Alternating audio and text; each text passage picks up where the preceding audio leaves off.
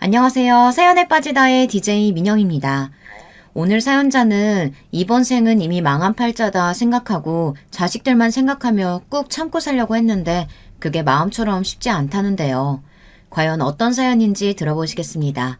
오늘도 두 가지 사연이 준비되어 있는데요. 끝까지 들어주실 거죠? 그럼 바로 시작할게요. 구독과 좋아요도 잊지 말고 꾹 눌러주세요. 안녕하세요. 저는 50대의 평범한 아줌마입니다. 50이 넘으니 참 이상합니다. 40대까지는 애들 키우느라 정신없이 살면서도 내가 여자라는 사실을 잊지 않고 살고 싶어 아침이면 일어나서 씻고 얼굴에 화장품도 찍어 바르고 미용실도 한두 달은 한 번에 가고 그랬어요. 그런데 50이 딱 넘고 나니 왜 그런지 세상만사가 다 귀찮고 부질없다는 생각이 들더군요. 바로 얼마 전까지 자식이 제 인생의 전부라고 생각하며 애들 키우는 맛에 살지 했는데 애들도 다 커서 자기들 사느라 바쁘니 제 인생엔 남은 게 없더군요. 요즘은 밤에 자려고 누워도 잠이 잘 안 오고 아침에 알람 소리에 일어나 눈을 뜨면 침대에서 일어나고 싶지가 않아요. 그래도 출근하는 남편에게 아침상은 차려줘야 하니 무거운 몸을 간신히 일으켜 일어납니다. 대충 세수만 하고 주방에 나와 남편 아침상을 차립니다. 남편은 결혼하고 평생 아침을 걸러본 적이 없어요. 더군다나 밥, 국, 반찬 3가지 이상은 꼭 차려줘야 하죠. 하루도 빠지지 않고요. 씻고 난 남편이 앉아 밥을 다 먹을 때까지 저는 남편 앞에 앉아 있어야 합니다. 서로 한마디도 하지 않지만 같이 앉아 있어야 해요. 남편 말이 그게 아내로서 제가 해야 하는 일이랍니다. 가장이 밥 먹을 땐 옆에서 필요한 게 없나 시중을 들여야 한다네요. 세상 지루한 얼굴로 앞에 앉은 저에게 남편이 툭툭 한마디씩 던지는 말이 제 가슴을 후벼 팝니다. 아침부터 옆편에 몰골 좀 봐라. 아무리 집에서 먹고 놀아도 그렇지 아침에 일어나면 세수라도 좀 하고 머리라도 빗어. 꼴이 그게 뭐야? 평생 들은 말이라 이제는 상처받지 않을 때도 됐는데 남편이 하는 말은 들을 때마다 화살촉 같습니다. 제 가슴을 쿡쿡 쑤셔요. 언제는 집에서 하는 거 없이 노는 여자가 아침부터 분쳐 바르고 입술 찔러 발랐다고 뭐라고 하더니만 이제는 아무것도 안 한다고 난리네. 그때야 젊었으니 그랬지. 이제는 다 늙어서 쭈그렁 할머니인데 알아서 좀 노력하고 가꿔야 그나마 사람으로라도 보이는 거야. 저도 갱년기가 오기는 왔는지 예전에는 남편이 무슨 말을 해도 큰 소리 낼 줄을 몰랐는데 이제는 저도 모르게 욱하게 되더군요. 뭐 사람? 내가 사람이 아니면 뭔데? 당신이나 늙었으면 말이나 좀 곱게 해. 자꾸 무식하게 아무 말이나 막 하지 말고. 뭐야?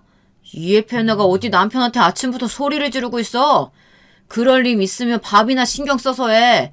반찬이 이게 뭐야? 어이구 이 쓸데없는 옆에네 같으니라고. 평생 먹이고 재워줬다니만 고마운 줄을 몰라요. 저희 남편은 밥이 매우 중요한 사람이에요. 꼭 제가 제 손으로 집밥을 차려줘야만 합니다. 안 그러면 아주 난리가 나요. 나이가 들면서 저도 힘들다 보니 밖에서 반찬을 사다가 줄 때가 있었는데요. 그러면 바로 알아요. 이 동네 아줌마들한테 다 물어봐. 너처럼 팔자 좋은 여자가 있나? 할 줄 아는 거하고는 평생 남편한테 빌붙어서 노는 거밖에 없는 상팔자 중에 상팔자지. 예.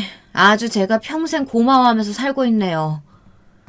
마음 같아서는 남편이라는 작자한테 달려들어 머리끼덩이를 잡고 흔들어 털이란 털은 다 뽑아버리고 싶었습니다. 하지만 어쩌겠어요. 이미 이런 상태로 30년을 넘게 살았으니 이제 와서 제가 소리를 지르고 난리를 친다 한들 뭐가 달라지겠습니까? 싫으면 제가 떠나야죠. 그런데 요즘 들어 제가 달라지기는 했습니다. 도저히 남편 하는 꼴이 미워서 참을 수가 없어요. 전에는 남편이 저를 거지같이 대해도 혼자 속으로 삼키며 괜찮은 척 살 수 있었는데 이제는 그게 쉽지 않다는 겁니다. 저도 모르게 가슴에서 뜨거운 울분이 올라오고 목소리가 커져요. 애들 크는 동안 남편이라는 인간이 한 거라고는 그나마 꼬박꼬박 나가서 일해서 돈이나 좀 벌었다는 겁니다. 제가 어디 나가서 남편을 욕하고 다니지는 않았지만 제가 평생 전업주부로 살았다고 하면 주변에 저에 대해 모르는 사람들은 남편이 생활력이 있어서 좋겠다고 칭찬을 해요. 하지만 정말 모르는 소리입니다. 지난 세월 제가 어떤 거를 당하며 살았는지 알면 다들 놀랄 거예요. 최근에도 어이없는 일이 있었는데요. 남편이 저에게 뜬금없이 요양보호 자격증을 따라는 겁니다. 처음에 저는 이 사람이 웬일인가 싶었어요. 젊어서부터 제가 뭘 좀 배워보겠다, 자격증을 따겠다 하면 저를 무시하면서 못하게 했거든요. 네가 뭘 할 줄 안다고 자격증을 따. 괜히 돈만 쳐들여서 헛짓거리 하지 말고 집구석에서 애나 잘 키워. 그리고 네가 학원 간다고 돈 받아가서 딴 데 쓸지 내가 어떻게 아냐? 내가 돈 쓸 데가 어디 있다고 돈을 빼돌려. 그럼 운전면허증이라도 따게 학원 좀 등록해줘. 내가 운전하면 당신도 좀 편할 거 아니야. 애들이 학교 가기 전에 혼자 애 둘을 키우느라 정신없었지만 애들이 초등학교에 들어가니 저도 뭔가 하고 싶더라고요. 주변에 일하는 엄마들도 멋있어 보이고 운전이라도 하면 우리 애 데리고 주말에 놀러도 갈까 싶어서요. 헐씨구, 이게 좀 살만하게 해줬더니 뭐 운전? 네 주제에 운전이 가당키나 해? 그렇게 뭘 배우고 하고 싶었으면 결혼하기 전에나 좀 배워오지. 결혼해서 왜 내 돈으로 네 욕심을 채우냐? 지금이라도 하고 싶으면 너희 아버지한테 가서 해달라고 해. 내가 나만 좋으려고 이래? 당신은 우리 애들 불쌍하지도 않아? 당신이 매번 바쁘다고 그리고 돈 없다고 하는 통에 우리 애들 학교 들어갈 때까지 가족여행 한번 못 가봤잖아. 나라도 애들 데리고 여행 좀 다니고 놀러라도 다니려고 하는 거지. 부모가 먹여주고 재워주면 되는 거지. 뭘 더 해줘? 괜히 애들한테 헛바람 들게 하지 말고 학교 들어갔으면 공부나 열심히들 하라고 해. 둘 다 서울에 있는 4년제 대학 아니면 등록금도 안 내줄 거니까. 제가 젊고 건강하던 때에도 제가 뭐만 하겠다고 하면 돈 아깝다고 아무것도 못하게 하고 이제 초등학교에 들어간 애들더러 대학 등록금 이야기까지 꺼낼 정도로 쪼장했던 사람이 갑자기 저더러 자격증을 따라고 하니 기가 차더라고요. 그런데 역시나 남편 이 인간이 그냥 제게 돈을 쓸 리가 없었습니다. 다 이유가 있었어요. 얼마 전부터 시어머니가 몸이 안 좋아서 병원에 갔는데 병원에서 치매 증상이 있다고 했다더군요.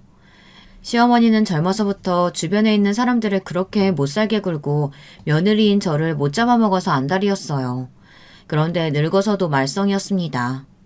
어머니 치매면 당연히 당신이 모셔야 되는데 당신이 자격증 하나 있으면 좋잖아. 보호사 자격증 있는 사람이 치매 노인 모시면 나라에서 지원금도 준다는데. 당장 가서 학원부터 알아봐.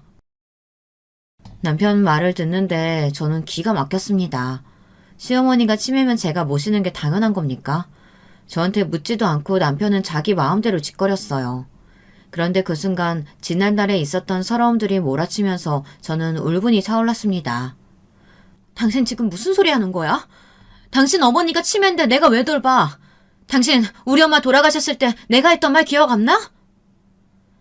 사람이라는 건 자고로 염치도 있고 양심이 있어야 사람이라고 하는 건데 저희 남편은 아무래도 사람이 아닌 것 같아요. 본인이 정말 사람이라면 저한테 그런 말을 할 수가 없거든요. 얼씨구? 이 옆에 내가 요즘 쥐약을 처먹었나? 왜 이렇게 말이 많아? 당신 어머니 돌아가셨을 때 뭐? 내가 뭘 어쨌다고 그래? 어머님이 치매가 아니라 당신이 치매인가 보네. 그렇지 않고서야 어떻게 그걸 잊어? 저는 늙어서 쭈글쭈글한 얼굴로 뻔뻔스럽게 제게 소리를 지르는 남편이 너무 싫었습니다. 저는 인상을 팍 쓰며 죽어도 시어머니는 모실 생각이 없다고 남편 얼굴에 대고 소리쳤어요. 그러자 남편이 특유의 재수없는 표정을 짓더니 저를 쏘아보며 달려들었습니다. 이게 어디 감히 남편한테 큰 소리야? 시어머니가 아프면 며느리가 모시는 게 당연한 거지. 어디서 토를 달아? 네가 아주 정신이 나갔지? 나이를 먹을수록 곱게 늙어야 하는데 남편이라는 작자는 젊을 때보다 나이가 들수록 더해요. 이제는 손까지 들어올리면서 저를 때리는 신용까지 하려고 하더군요. 저는 이때다 싶어 본때를 보여줘야겠다 싶었습니다. 아이고, 이제는 아예 때리기까지 하게? 좋아! 돈 많으면 때려, 이 인간아. 나도 이 김에 당신한테 깽값이라도 좀 넉넉하게 받아보게. 저도 늙기는 늙었나 봐요. 바로 얼마 전까지만 해도 남편 앞에서 소리 한번 치기도 어려웠었는데 이제는 될 대로 되라 싶어 남편 앞에 얼굴을 치켜 올렸습니다. 제 행동에 놀란 남편은 괘씸하다는 듯 눈을 부라리면서 제 어깨를 세게 밀쳤어요. 이년이 말귀를 못 알아들어도 유분수지? 어디서 소리 지르면서 추태야? 잔말 말고 내일 당장 나가서 학원 등록해. 알았어? 바닥에 넘어진 저를 그대로 두고 남편은 나가버렸어요. 저는 그대로 바닥에 주저앉은 채 흘러나오는 눈물을 훔쳤습니다. 저런 거지 같은 인간 때문에 또 바닥에 주저앉아 운다는 게 억울하고 서러웠지만 터져나오는 눈물을 막을 수가 없었어요. 남편과 이야기하다 보면 어쩜 사람이 저렇게 얄팍할까 싶습니다. 어떨 때 보면 저를 바보 취급하다 못해 병신으로 보는 것 같아요. 물론 젊었을 때부터 남편이 저 모양이라는 걸 몰랐던 건 아닙니다. 하지만 시간이 지나고 나이가 들면 언젠가는 남편도 저에게 미안한지도 알고 좀 변할 줄 알았어요. 그런데 제가 괜한 기대를 했더군요. 남편은 변할 인간이 아니었습니다. 어쩌면 저는 결혼한 직후부터 제 결혼 생활이 엉망이 될 거라는 걸 이미 알았는지도 모릅니다. 사실 결혼하고 신혼살림이 시작된 지 한 달도 안 돼서 남편과 헤어져야 하는 거 아닌가 혼자 소가리를 좀 했거든요. 결혼식이 딱 끝나고 보니 남편은 제가 알던 사람이 아니었습니다. 알고 보니 제가 사기 결혼을 했더라고요. 시작은 신혼여행이었습니다. 남편은 분명 저에게 경주에 가는 기차랑 호텔을 예약했다고 했어요. 그런데 막상 결혼식이 끝나고 나니 시아버지 핑계를 대면서 다음 주에나 가자고 하더군요. 아버님 고향에서 친구들이랑 식구들이 많이 올라왔는데 너무 오랜만이고 반가워서 오늘은 다들 우리 집에서 식사하시고 다들 주무시고 가신다네. 어머니 혼자 준비하기엔 힘들다고 당신이 좀 도와줬으면 하시던데 우리 그냥 오늘은 신혼여행 가지 말고 어머니 댁에서 하루 자고 다음 주에나 내려가면 어때? 세상에 결혼식 날 첫날 밤을 시댁 안방에서 지낸 사람은 아마 저밖에 없을 거예요. 그것도 생전 처음 본 남편의 고모님들과 한 방에서 잤습니다. 저는 태어나서 가장 불편한 밤을 보냈지만 꾹 참았습니다. 제 결혼식 때문에 다들 먼 길 오신 손님들인데 제가 며느리로서 이 정도 보답은 할 수 있다고 생각했거든요. 제가 참 순진했어요. 저는 손님들이 돌아가시면 경주에 내려가자는 남편의 말을 그때까지도 철석같이 믿었습니다. 그래서 지방에서 올라온 손님들이 다 내려가시면 당연히 신혼여행에 가는 건 줄 알았어요. 그런데 손님들이 다 집으로 내려가고 나서도 저는 신혼여행에 가지 못했습니다. 심지어 남편은 주말이 지나자마자 회사에 출근했어요. 당시에 시부모님 댁에서 함께 살 때라 저는 눈치가 보여 시부모님께 묻지도 못하고 하루 종일 남편이 퇴근하고 돌아올 때까지 목을 빼고 기다렸습니다. 그날 저녁 퇴근하고 돌아온 남편이 반가워 저는 저녁 준비를 하다가 말고 불이 나게 남편을 쫓아 방으로 따라 들어갔습니다. 남편에게 신혼여행은 언제 출발하냐고 물었죠. 그런데 그때 남편은 메고 있던 넥타이를 신경질적으로 벗더니 다짜고짜 짜증을 냈어요. 당신은 나이도 먹을 만큼 먹은 사람이 왜 그렇게 철딱서니가 없어. 나 명색이 공기업 다니는 사람이야. 중요한 일하는 사람이 한 달에 2번이나 휴가를 낼 수 있겠어? 저는 당연히 남편이 한 말이 있으니 궁금한 마음에 물은 건데 남편의 격앙된 목소리를 들으니 순간 제가 무슨 실수라도 했나 싶더군요. 당신이 어른들 다 내려가시면 신혼여행 가자고 했잖아요. 그거야 당신이 서운할까봐 그냥 한 소리지. 무슨 여자가 이렇게 눈치가 없어. 당신 그래서 시부모님 모시면서 살 수 있겠어? 남편 말이 이미 그날 손님들을 상대하느라 신혼여행은 못 가게 된 거래요. 제게 한 말은 저에게 미안해서 그냥 한 말이랍니다. 남편은 자기 할 말만 뱉어놓고 씻으러 화장실로 들어가 버렸어요. 저는 순간 어안이 벙벙해서 그대로 멍하니 있었습니다. 남편 말대로 제가 눈치가 없는 건지 뭔지 전혀 모르겠더라고요. 그때였습니다. 노크도 없이 방문이 벌컥 열리더니 시어머니가 방에 들어왔어요. 새아기 너는 저녁상 차리다 말고 뭐하고 있어? 남편 시중 들러다러 갔으면 시중만 들고 바로 나와야지. 네, 나갈게요, 어머니. 시어머니는 하루에도 수십 번 제게 호통을 쳤습니다. 밥은 무조건 냄비에다가 그때그때 지어라. 반찬은 절대 많이씩 하지 말고 그때그때 새로 해라. 찌개랑 국은 별개다. 찌개가 있다고 국은 안 끓일 생각 말고 둘 다 내놔라. 속옷이나 양말은 겨울이든 여름이든 언제나 무조건 손빨래를 해서 말려라 등등. 같이 사는 동안 살림에 대한 일장연설을 듣고 그대로 따라해야 했어요. 하나라도 시어머니가 말한 대로 하지 않았다가는 끝도 없는 막말을 하루 종일 들어야 했죠. 한 번은 그런 적이 있었어요. 휴일 아침이었는데 전날 남편이 회식하고 늦게 들어와 늦잠을 자고 있었습니다. 마음 같아서는 저도 늦게까지 좀 자고 싶었지만 시부모님을 모시고 사는 처지에 그럴 수는 없었죠. 저는 일어나서 콩나물국이랑 반찬을 이것저것 만들고 있었어요. 그런데 시부모님이 일어나서 식사하러 나올 시간이 됐는데도 안 나오시더군요. 저는 휴일이라 아직 주무시나 싶어 국을 올려놓고 잠깐 식탁에 앉아 졸았습니다. 그런데 그때 누군가 소리를 버럭 지르는 소리에 놀라 깼습니다. 저에게 소리를 지른 사람은 다름 아닌 시어머니였습니다. 얘가 집안 말아먹으래네. 가스레인지에 국 올려놓고 자고 있으면 어떡해? 우리 집 다 타서 불 날 뻔했잖아. 어머, 죄송해요, 어머니. 제가 좀 피곤해서 잠깐 쉰다고 앉은 건데 깜빡 졸았나 봐요. 얼씨구, 네가 도대체 이 집에서 뭐 하는 일이 있다고 피곤하니? 네 주제에 시집 와서 매일 놀고 먹는 주제에. 헛소리 하지 말고 빨리 다시 국이나 끓여. 우리 애들 배고프겠다. 같은 말을 해도 다음부터 조심하라고 큰일 날 뻔했다고 하면 될 일을 가지고 시어머니는 항상 가슴이 미어질 정도로 무서운 말을 시도 때도 없이 하셨어요. 시집살이가 얼마나 무서운지 시댁살이 1년 만에 제가 살이 5kg가 넘게 빠지고 얼굴에 핏기도 하나 없었다니까요. 안방에서 시어머니가 문을 벌컥 열고 나오는 소리만 들려도 무서워서 어깨가 알아서 쪼그라들었어요. 그렇게 살았으니 제가 사기 결혼을 당했다는 소리를 한 겁니다.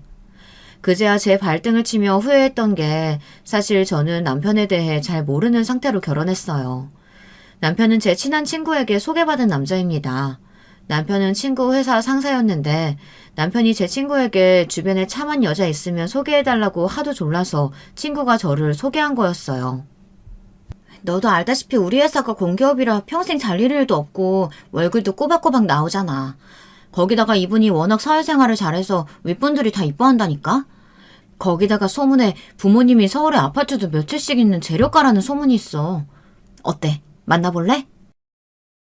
제가 그날을 얼마나 후회하면 그 친구가 저에게 했던 말이랑 친구가 입었던 옷까지 아주 생생하게 다 기억해요. 저는 친구 말만 믿고 홀라당 넘어가서 남편을 만나고 말았거든요. 서울에 아파트 몇 채에 재력가는 개뿔.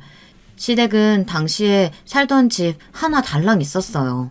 그나마 그 집도 제가 결혼할 당시에 또 30년이 넘은 오래된 집이었어요.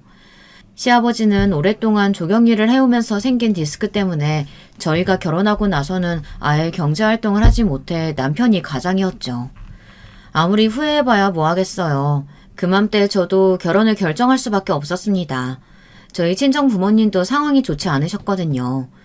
제 위에 오빠가 하나 있는데 부모님께 이야기도 안 하고 공부를 하겠다고 미국에 이민을 가버렸어요. 무슨 미국의 은행인가 어디에 취직했다고요. 지금이야 자식이 잘나서 알아서 외국에 나가서 먹고 살면 다들 대단하다고들 하지만 저희 아버지는 달랐어요.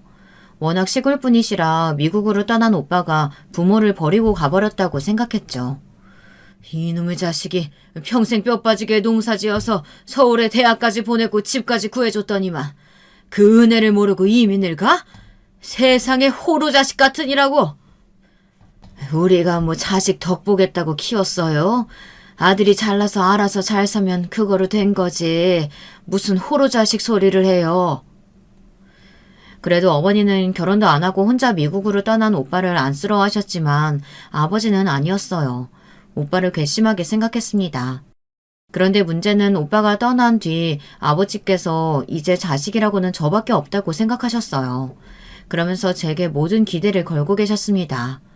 그러다 보니 저에게 자꾸만 시집을 가라고 성화였죠. 집안에 남자가 있어야 하는데 오빠가 미국에 가버렸으니 사회라도 있어야 한다고요. 지금 생각하면 우리 아버지이지만 정말 옛날 분이에요. 당시에 연세가 지금의 제 나이 정도밖에 안 됐던 건데 굉장히 나이든 할아버지처럼 자식이 부모를 봉양해야 한다고 생각하셨죠.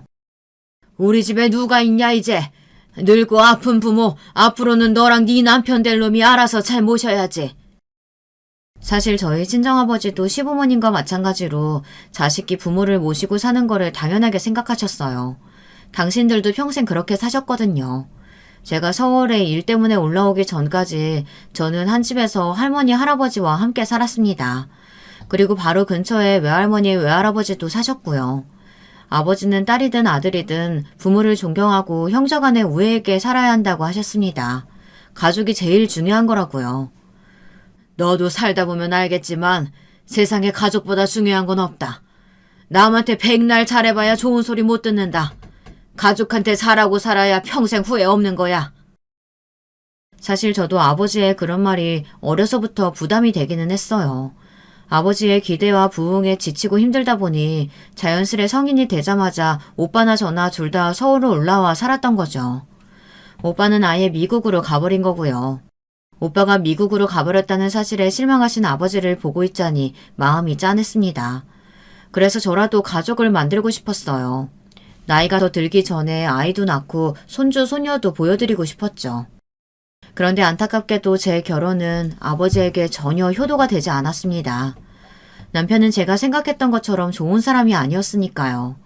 제가 사기 결혼이라고 하는 이유는 시댁의 재산 때문만은 아니에요. 결혼 전만 해도 남편은 저희 친정 부모님께 참 잘했습니다. 저희 친정 부모님 마음을 얻기 위해 몇 번이나 고향에 함께 내려가 부모님을 뵀어요.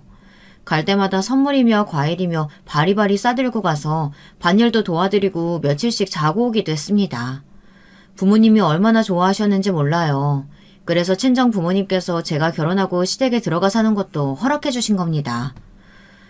싹퉁바가지 없는 사위놈 같으면 절대 허락 안 할 텐데 자네가 워낙 우리한테도 잘하고 우리 딸한테도 잘하는 것 같아 믿고 보내는 거네.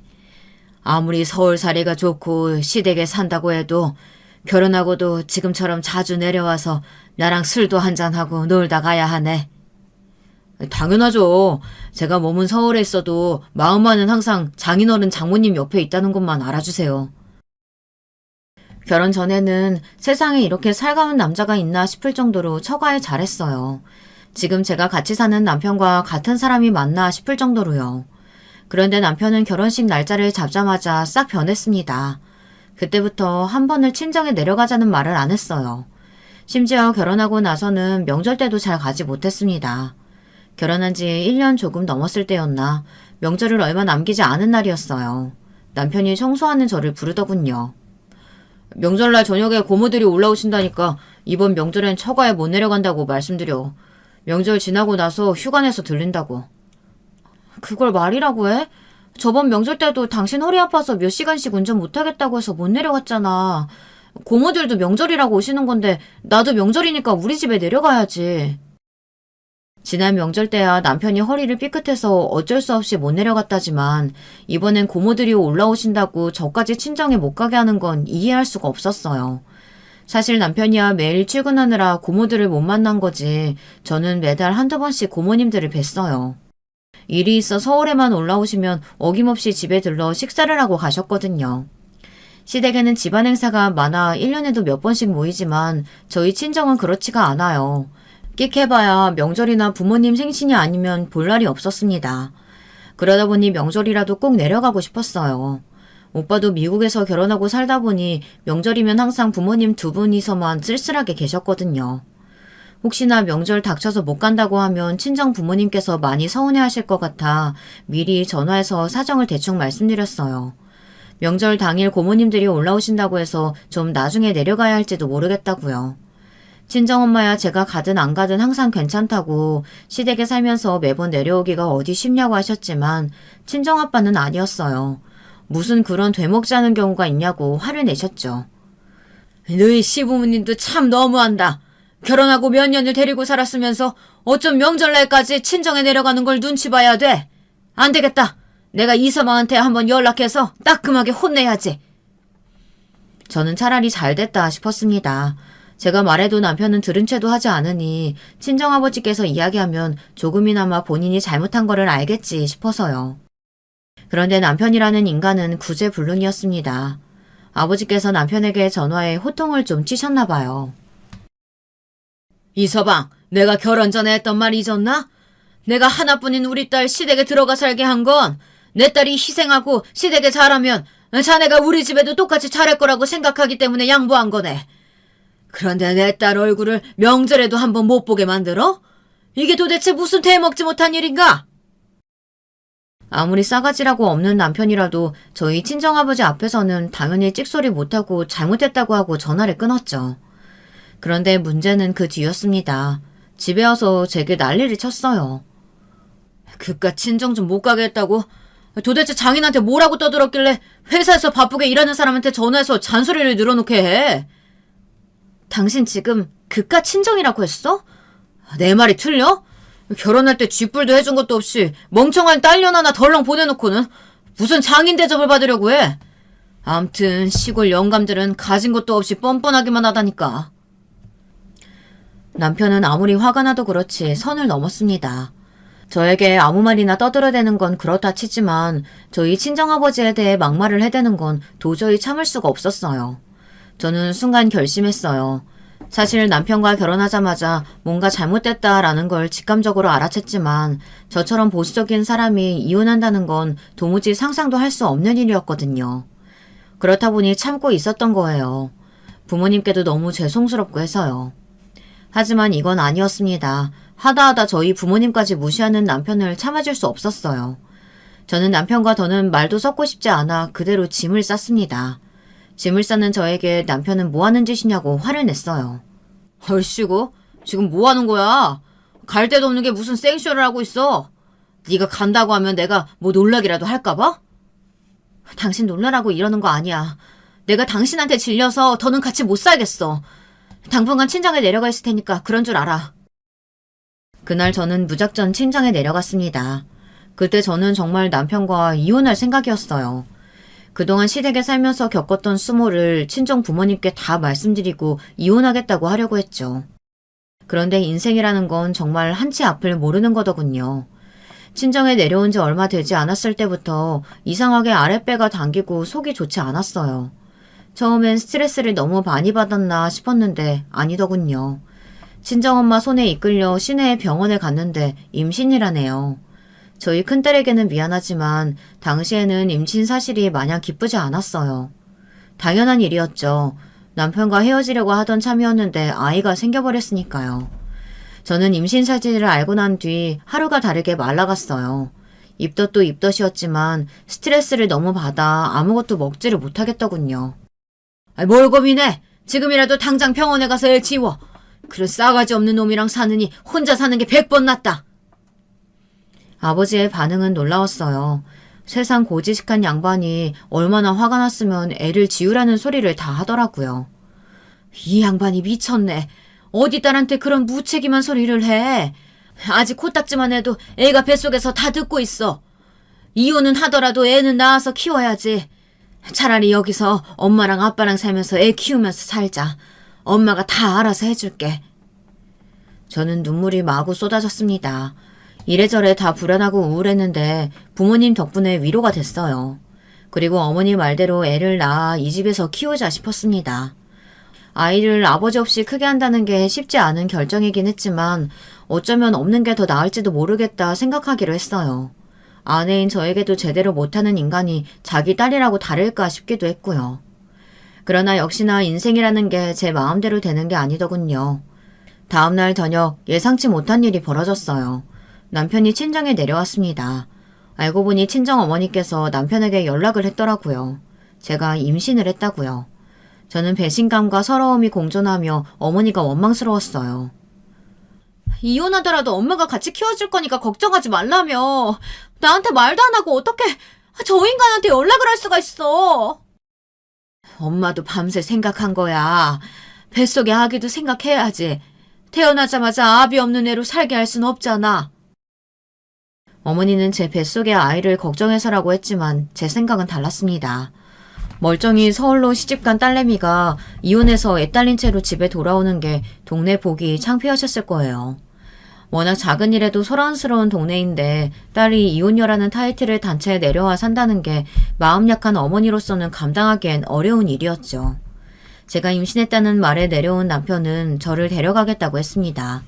드라마나 영화에 나오는 것처럼 친정 부모님 앞에 무릎이라도 꿇고 죄송하다고 다신 이런 일 없을 거라고 다짐해도 시원치 않네 판에 남편은 오기 싫은 곳에 억지로 끌려오기라도 한 것처럼 굴었어요. 시큰둥한 얼굴로 제게 방에 들어가 따로 이야기하자고 했어요. 자신있게 친정에 가 있겠다고 소리치고 나가더니만 결국은 애 새끼로 내 발목을 잡아? 이미 생긴 애 어쩌겠어. 내 새끼인데 내가 책임져야지.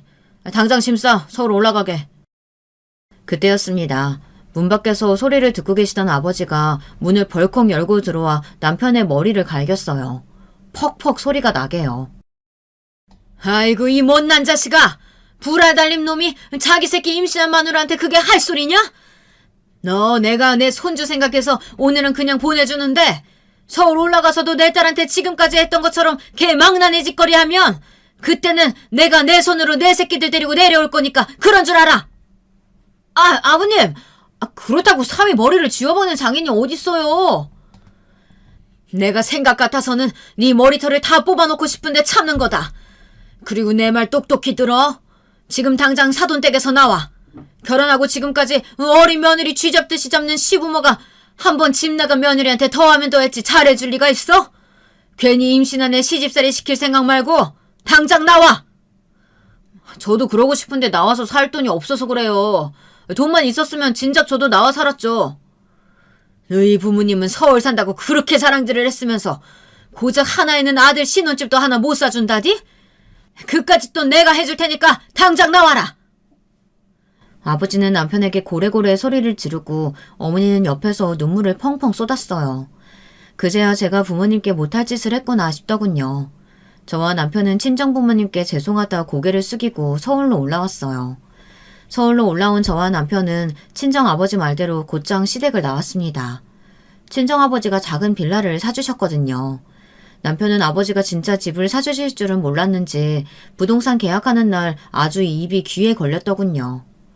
남편의 모든 게 싫었지만 저는 꾹 참고 다시 한번 살아보자 싶었어요. 그래서 저는 큰 딸아이가 생겼던 그 겨울을 인생에서 절대 잊을 수가 없어요. 제 딸로 인해 다시는 보고 싶지 않았던 인간과 다시 살겠다고 다짐한 계기가 되었으니까요. 저는 그날 이후 제 딸을 위해 살겠다 굳게 마음먹고 살았습니다. 참고 살아보겠다고 마음을 먹는다고 미운 남편이 한순간에 예쁘게 보이는 건 아니었지만 아이가 크는 모습을 보면 그나마 견딜만 했어요. 그러다 둘째가 생겼고 정신없이 살다 보니 신기하게 또 사라졌습니다. 저에게는 자식이 둘 있어요. 아들 하나, 딸 하나. 둘이 3살 터울이죠. 자식이라는 건 정말 신기한 존재입니다. 제가 세상에서 제일 싫어하는 인간과 만나 만들어낸 새끼들인데도 어쩜 이렇게 예쁜 줄 모르겠어요. 남편의 모든 거지 같은 면까지 다 참아줄 수 있을 정도로 자식이라는 건 저에게 소중했습니다. 하지만 남편이라는 인간은 자식이 생겨도 변하질 않았어요. 남편은 저뿐만이 아니라 자식들에게까지 치졸하고 치사하게 굴었습니다. 참 쪼잔한 게 돈 좀 번다고 자식이나 마누라 앞에서 떵떵 유세를 떨면서 돈 이야기가 나오면 치사하게 굴었어요. 제가 어디 딴 데 돈이라도 빼돌릴까봐 아주 전전긍긍했습니다. 남편은 일주일에 한 번씩 애들 용돈 주는 날 저에게도 같이 생활비를 줬습니다. 생활비는 정말 시장만 볼 수 있을 정도의 돈만 주고 일절 주지 않았어요. 그뿐만이 아니에요. 애들이 중고등학교에 다닐 때부터 우리 집은 일요일 저녁이면 집안 분위기가 항상 살벌했어요. 일요일 저녁 시간이면 남편이 온 식구를 다 앉혀놓고 일주일 동안 쓴 가계부를 검사했거든요. 아이들은 용돈을 받기 시작했을 때부터 용돈 기입장을 검사받았어요. 제가 A 가게에서 300원인 콩나물을 B 가게에서 500원에 주고 사기라도 하면 난리가 났습니다. 애들 주려고 산 간식 영수증이라도 있는 날에는 1시간씩 잔소리를 드려야 했습니다. 간식이든 밥이든 집에서 노는 사람이 해먹일 생각을 해야지 사서 먹인다고요. 제가 억울할 때마다 나가서 일하겠다고 하면 남편은 못하게 했어요. 네가 할 줄 아는 게 뭐가 있다고 돈을 벌어? 괜히 나가서 꼴 같지도 않은 돈 번다고 나대다가 집안 내팽개치면 그 뒷지적거린 누가 하라고? 너 같은 무식한 예편에는 집에 묶어주는 게 여러 사람 편하게 하는 거야. 큰애가 고등학교에 한창 다닐 때 학원이라도 한 군데 더 보내고 싶어져 동네 아줌마들을 따라 아르바이트를 나간 적이 있어요. 마트에서 시식을 권하는 아르바이트였는데 나름 물건을 잘 팔아서 일하는 내내 칭찬을 받았습니다.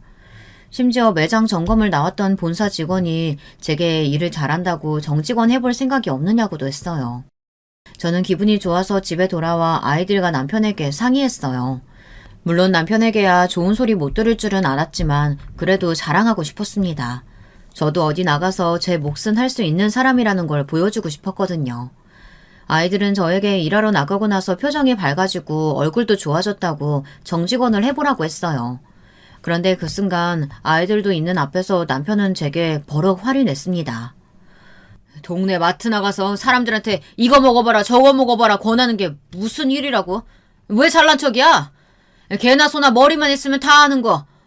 괜히 남편 자식 얼굴에 먹칠하지 말고 당장 그만둬. 내가 나가서 일하는 게 왜 당신 얼굴에 먹칠하는 거야? 나 당신 때문이라도 정직원 할 거니까 방해하지 마.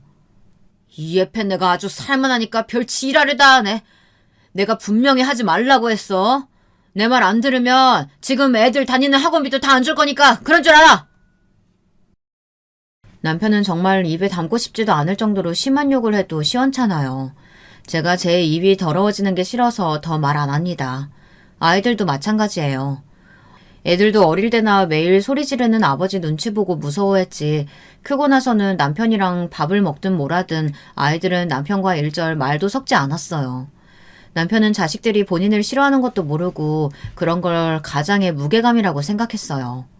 남편은 그냥 그런 인간이에요. 나가서 사람들 앞에서는 처자식을 위해서 열심히 일하는 능력 있는 가장으로 보이고 싶어 하지만 결국은 처자식 누구에게도 인정받지 못하는 개 쪼다였어요. 지금까지 그런 남편을 견디고 산 저는 참 대견합니다. 사실 저는 결혼 생활 30년 넘게 하며 농담이 아니라 남편을 그냥 남이라고 생각하고 살았어요. 그래서 더는 실망할 것도 없다고 생각하고 살았죠. 그런데 나이가 들다 보니 그게 아니더군요. 자식 일이 관련되니 흔한 말로 빡이 쳤습니다. 몇 년 전 딸아이가 집을 나갔어요. 말이 좋아 독립이지 딸아이는 자기 아버지가 싫어서 대판 싸우고 집을 나가버렸어요. 사실 이게 다 저 때문이에요. 몇 년 전 저에게 씻을 수 없는 상처로 남은 일이 있었거든요. 친정어머니가 돌아가셨습니다. 친정어머니께서 계속 가슴이 아프다고 하셔서 아버지께서 여기저기 병원을 다 모시고 다녀봤는데 이유를 분명하게 찾지 못하셨대요. 어머니는 밤마다 가슴이 아파서 잠을 못 주무시는데 말이죠. 저는 걱정이 돼서 며칠 서울로 모시고 올라와 서울에 있는 대학병원을 모시고 가려고 했습니다. 그런데 남편이 노발대발 난리를 쳤어요. 네가 하다 이제 별짓을 다 하는구나. 하나밖에 없는 며느리가 시부모님도 같이 못 살겠다고 낳아놓고선 무슨 염치로 친정부모님을 모시고 올라와. 내가 언제 우리 부모님 모시고 살겠다고 했어? 몸이 안 좋으시니까 병원에서 검사받고 하는 동안만 잠깐 모시고 있겠다는 거지. 그러니까 그걸 왜 딸인 네가 하느냐고. 그렇게 걱정되면 미국에 있는 너희 오빠더러 하라고 해. 미국이 우리나라보다야 의학적으로 더 뛰어날 거 아니야. 남편은 말이 통하질 않았습니다. 사위라고 지난 30년 가까이 1년에 명절 2번 시골에 내려가 밥 한 끼 먹고 올라오는 게 사위 노릇의 전부면서 다 늙은 장인 장모 그 며칠을 못 데리고 있겠다네요. 그런데 그때 옆에 있던 딸내미가 나섰어요. 아빠, 사람이 어쩜 그렇게 양심이 없어요? 할머니 할아버지 아프다고 병원 다닐 때 엄마가 혼자 택시 타고 다니면서 다 모시고 다녔는데 외할머니 아프다고 며칠 와 계시는 게 그게 그렇게 못마땅해요? 어허, 이 기집애가? 네가 뭘 한다고 내 말에 토를 달아? 네 엄마, 할머니, 할아버지 모시고 병원 다닐 때 택시비 내가 다 대줬어. 집에서 팽팽 노는 예편애가 편하게 택시 타고 병원 좀 다닌 게 뭐가 대수라고 유세야? 시아버지께서 돌아가시기 전 병치레를 심하게 하셨어요. 신부전증으로 하루 건너 병원에 다녀야 했습니다. 그뿐만이 아니에요. 시어머니도 여기저기 성한 곳이 없어서 당시에 제가 하루가 멀다 하고 병원에 모시고 다녔습니다. 그 모습을 옆에서 다 지켜본 딸은 저를 불쌍하게 생각했어요. 평생 남편 구박에 시달리고 시어머니 시집살이에 힘들어하는 저를 이해하는 건 딸밖에 없었죠. 그러니까 외할머니 외할아버지도 엄마가 똑같이 하겠다고 하는데 아빠가 무슨 상관이냐고. 엄마, 제가 택시비 드릴 테니까 외할머니 모시고 올라와요. 이게 대가리 좀 컸다고 아주? 지가 혼자 다 큰 줄 알지? 너 그 좋은 대학 다 내 돈으로 다닌 거야. 지금도 내 집에서 편하게 먹고 자니까 돈도 모이는 거라고. 이게 아주 아버지 고마운 줄 모르고 어디서 감히 큰 소리를 쳐? 이 집이 왜 다 아빠 집이에요? 처음 분가할 때 외할아버지가 집 사준 거로 여기까지 온 거잖아요. 그럼 엄마 집이기도 한 거지. 딸은 남편 앞에서 한마디도 지지 않았습니다. 반면 저는 조마조마했어요. 남편이 어떤 인간인지 제가 제일 잘 알다 보니 딸애를 때리기라도 할까봐 무서웠어요. 네가 뭔데 외할머니를 모시고 와라 말아야? 너한테 그럴 권리 없어. 그렇게 네 엄마 편주고 싶으면 네가 네 엄마 데리고 나가서 먹여 살려. 그러면 되겠네. 안 그래도 그럴 거예요. 저도 더는 아빠랑은 못 살겠어요. 저는 남편과 딸아이의 싸움이 거세지길래 제가 딸아이를 말렸습니다. 당연히 남편 잘못이지만 혹여나 딸아이에게 괜한 불똥이 튈 것 같아 애써 그만하라고 했어요. 그런데 그로부터 며칠 뒤 믿기지 않는 일이 벌어졌습니다. 친정 어머니께서 돌아가신 겁니다. 아무래도 마음이 쓰여 뒤늦게 제가 어머니를 모시고 올라왔어요. 통화할 때마다 어머니의 목소리가 너무 안 좋았거든요. 그런데 서울대학병원에 입원하신 지 며칠 되지 않아 바로 돌아가셨습니다. 의사 말이 선천적 심장기형 질환으로 젊어서부터 힘드셨을 거라고 하더군요. 일찍이 큰 병원에서 검사받고 일찍 수술받았으면 살았을 수도 있다고요. 저는 청천벽력 같은 소리에 눈물도 흘릴 수가 없었어요. 저에게는 그럴 자격이 없으니까요. 그 순간 저는 남편을 찢어 죽이고 싶었습니다.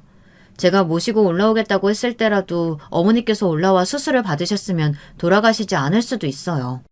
이게 다 남편 때문입니다. 친정어머니가 돌아가신 이후 우리 가족에게는 많은 일이 있었어요. 장례식 이후 친정아버지는 친정어머니가 돌아가신 게 본인 탓이라며 자책하시고 일절 저를 만나지 않으셨어요. 딸아이는 그대로 집을 나가버렸고요. 엄마 아빠는 애초에 헤어져서 살았어야 했어요. 그랬으면 외할머니도 안 돌아가셨을 거야. 엄마 아빠 둘 다 너무 미워. 서로 부부를 사랑하지도 않으면서 꾸역꾸역 억지로 사느라 주변 사람들까지 다 힘들게 하잖아. 딸아이 말이 맞았습니다. 자식들 핑계, 부모님 핑계를 대며 저런 거지 같은 인간이랑 사느라 제 주변에 사랑하는 가족들을 모두 힘들고 속상하게 했어요. 그로부터 3년을 넘게 저와 남편은 남처럼 살았어요. 딸아이는 독립해 나가고 아들은 공부하느라 늦은 군대에 갔어요. 정말 외로운 나날이었습니다. 친정 어머니는 돌아가셨고 아버지는 저를 만나주지 않았어요. 내려가겠다고 전화를 해도 내려오지 말라고만 하셨습니다. 저를 보면 자꾸만 어머니가 떠올라 더 힘들다고 하셨어요. 반면 재수없는 남편은 그런 상황에서도 전혀 아랑곳하지 않고 자기 인생을 살았어요. 평소처럼 새벽에 일어나 운동을 하고 제가 차려준 아침을 먹고 출근했습니다. 그 인간은 정말 저에게 미안하지도 않은 건지 평소처럼 매일 잔소리를 하고 구박을 했어요. 그러더니만 하다 3년 전에 일을 잊은 건지 이제는 저에게 치매에 걸린 시어머니를 위해 요양보호사 자격증을 따라고 하는 것도 모자라 손찌검까지 하려고 해요. 더는 이렇게 살 수 없었어요. 이대로 남편과 한 공간에 있다가는 제가 숨막혀 죽을 것 같았죠. 그날 저녁 퇴근하고 돌아온 남편에게 따뜻한 밥상을 차려줬어요. 남편이 가장 좋아하는 동태탕과 갈비를 구웠어요. 그리고 나지막히 한숨을 쉬며 남편의 맞은편에 앉았습니다. 당신 말대로 요양보호사 학원 등록할게. 그 대신 나도 당신한테 부탁이 있어. 남편은 평소와 다른 제 말투와 표정에 눈살을 잔뜩 찌푸렸습니다. 그러더니 남편이 시키면 시키는 대로 할 것이지 뭘 조건을 다느냐고 소리를 지르더군요. 저는 가슴에 끓어오르는 울분을 애써 삭히고 말했습니다. 이번 주 우리 아버지 생신이야. 같이 좀 내려갔다 오자. 이번엔 오빠도 한국에 들어온대. 당신도 지난 3년 동안 말은 안 해도 마음 쓰였을 거 아니야. 저는 정말 쥐어짜고 쥐어짜서 차분한 어투로 남편에게 말했습니다. 남편은 웬일로 곧장 알겠다고 하더니만 역시나 곧바로 본인도 조건을 달았어요. 이번에 친정에 내려갔다 오면 바로 시어머니를 우리 집으로 모시고 오자고 하더군요. 이미 알고는 있었지만 정말 염치라고는 없는 인간이었습니다. 그렇게 주말이 되자마자 남편과 저는 3년 만에 친정에 내려가고 있었어요. 익숙한 동네가 나오자 저는 가슴이 떨렸습니다. 얼마 만에 만나는 아버지인가 해서요. 그런데 그때 남편이 초를 쳤습니다. 저를 보더니 아버지 생신이라고 봉투에 얼마를 넣었냐고 묻더군요. 저는 기가 차서 저도 모르게 남편을 쏘아봤습니다. 그러고는 봉투에 30만 원 넣었다고 말했어요. 마음 같아서는 더 넣고 싶었지만 제가 가진 게 없어서 못 넣었습니다. 그런데 그때 말도 안 되는 일이 벌어졌습니다. 남편이 갑자기 갓길에 차를 세웠어요. 끽 시끄러운 타이어 소음이 날 정도로요. 그러더니 한다는 소리가 가관이었습니다. 뭐? 30? 와, 이년이 너 지금 죽고 싶냐? 네가 이 집에서 뭘 하는 게 있다고 30만 원을 너희 아빠한테 줘. 너 진짜 안 되겠다. 생일은 무슨 생일. 너는 그냥 집에 가서 좀 맞자. 남편은 그대로 차를 돌렸습니다. 다시 집으로 가겠다고요. 저는 순간 눈알이 빠져나올 정도로 뜨거워졌습니다. 애들이 흔히 하는 말로 열받는다, 빡친다, 그런 게 이런 기분을 말하는 것 같더군요. 순간 저는 제대로 웃겠습니다. 너야말로 좀 맞아야겠다. 제 말에 남편 새끼가 눈이 휘둥그레졌어요. 그러더니 또 차를 길에 세우고 눈을 부라리더군요. 금방이라도 저를 죽일 것처럼요. 저는 제가 먼저 선수를 쳤습니다. 그대로 손을 들어 남편의 뺨을 갈겼어요. 너 내가 오늘 왜 아버지한테 가자고 한 줄 알아? 오빠가 미국에서 펀드 매니저로 대박이 나서 다른 투자자들이랑 땅 보러 왔대. 오빠가 일부러 아버지가 가진 땅 다 포함해서 새로 전원주택 단지 조성해서 편의시설 들어오게 한다는데 그게 아버지 앞으로만 떨어질 건물이 자그마치 500억이란다. 그래서 가는 거야. 오빠가 내 목도 챙겨준다고 해서. 그 순간 세차게 흔들리던 남편의 눈동자를 저는 아직도 잊지 못합니다. 500억? 당신 그렇게 중요한 일을 왜 이제야 말해? 진작 말했으면 내가 30만 원이 아니라 300만 원이라도 준비했지. 안 되겠다. 지금이라도 ATM기 찾아서 돈 찾자. 빨리! 정말 그 꼴이 얼마나 가관인지 웃음이 나오는 걸 꾹 참았습니다. 웃기고 있네. 너는 이미 늦었어, 이 또라이 새끼야. 이 자리에서 네가 1,000만 원을 가져와도 나는 너 같은 새끼랑 안 살아. 빨리 운전이나 해. 올라가서 바로 이혼하게. 순간 믿기지 않는 일이 벌어졌습니다. 남편이 벌떡 일어나 차에서 내리더니 조수석 앞에 무릎을 꿇고 앉아 제게 사정을 했어요. 여보, 제발. 우리가 자식 낳고 산 세월이 30년인데 우리가 어떻게 헤어져. 이러지 마. 저는 그대로 조수석 문을 열고 나와 남편을 세게 밀치고 나와버렸어요. 그리고는 곧장 택시를 타고 친정집에 갔어요. 그러고는 이번엔 정말로 남편과 이혼했습니다. 제가 너무 뒤늦게 정신을 차렸어요. 생각해보면 자식이든 부모든 사실 다 핑계였죠. 제가 용기가 없었습니다. 혼자 아이 키우며 살 자신이요. 이 간단한 용기를 못 내서 뺑뺑 돌아 인생이 이렇게 되어버렸네요. 남편은 쉽게 이혼해주지 않으려고 했습니다. 애들까지 앞세워서 엄마를 말려보려고 했지만 소용이 없었죠. 이미 아이들도 아빠에게 질려 진작부터 저에게 이혼하라고 했었으니까요. 저는 요즘 그 어느 때보다 아주 잘 삽니다. 500억 덕분이냐고요? 사실 남편에게 500억이라고 한 건 개뻥이에요. 오빠가 미국에서 펀드 매니저로 잘 나가서 아버지에게 많은 돈을 보내준 건 사실이지만 500억까지는 아니에요. 그 순간 너무 화가 나서 저도 모르게 질러버린 거죠. 그래도 저는 후회하지 않아요. 덕분에 그 못난 새끼가 제 앞에 무릎을 꿇었으니까요. 저는 이혼하고 집에 내려와 아버지와 함께 지내고 있습니다. 지금까지 한 번도 관심 없었던 농사일을 아버지에게 배우고 있는데 생각보다 아주 재미있어요. 긴긴 저의 이야기 끝까지 들어주셔서 감사합니다. 앞으로 남은 삶을 아버지와 시골에서 보낼 저에게 많은 위로와 격려 댓글 부탁드릴게요. 여러분의 가정에도 항상 즐거운 일만 가득하시길 바라겠습니다. 여러분, 두 번째 사연 시작하기 전에 좋아요, 구독 꼭 눌러주실 거죠? 그럼 두 번째 사연 바로 시작합니다. 저는 그 옛날 시골 동네에서도 유난히 형제 많기로 유별난 집안의 막내딸로 태어났습니다. 아버지가 20살이 되자마자 결혼한 첫 번째 부인에게서 낳은 두 딸과 두 번째 부인에게서 낳은 자식이 아들 둘에 딸이 저까지 5. 그렇게 저는 형제가 모두 9이었습니다. 아버지의 첫 번째 부인이셨던 분은 둘째 언니를 낳은 지 얼마 되지 않아 바로 돌아가셔서 제 어머니께서 곧바로 재취 자리로 들어와 어린 두 딸을 키우셨습니다. 이미 딸은 2이나 있었으니 꼭 아들을 낳아야 한다는 시집 식구들의 등살에 식을 올리자마자 곧바로 임신까지에 어머니의 고생은 말로 다 설명할 수도 없었겠죠. 그래도 아들만 하나 낳아주면 그나마 시집살이라도 좀 덜 하셨을 텐데 이게 웬걸 셋째, 넷째까지 줄줄이 딸을 낳으셨던 어머니는 딸 넷을 키우며 할머니의 모진 시집살이와 병간호를 다 견뎌내다 할머니께서 돌아가시고 나서야 두 아들을 연달아 낳으셨답니다.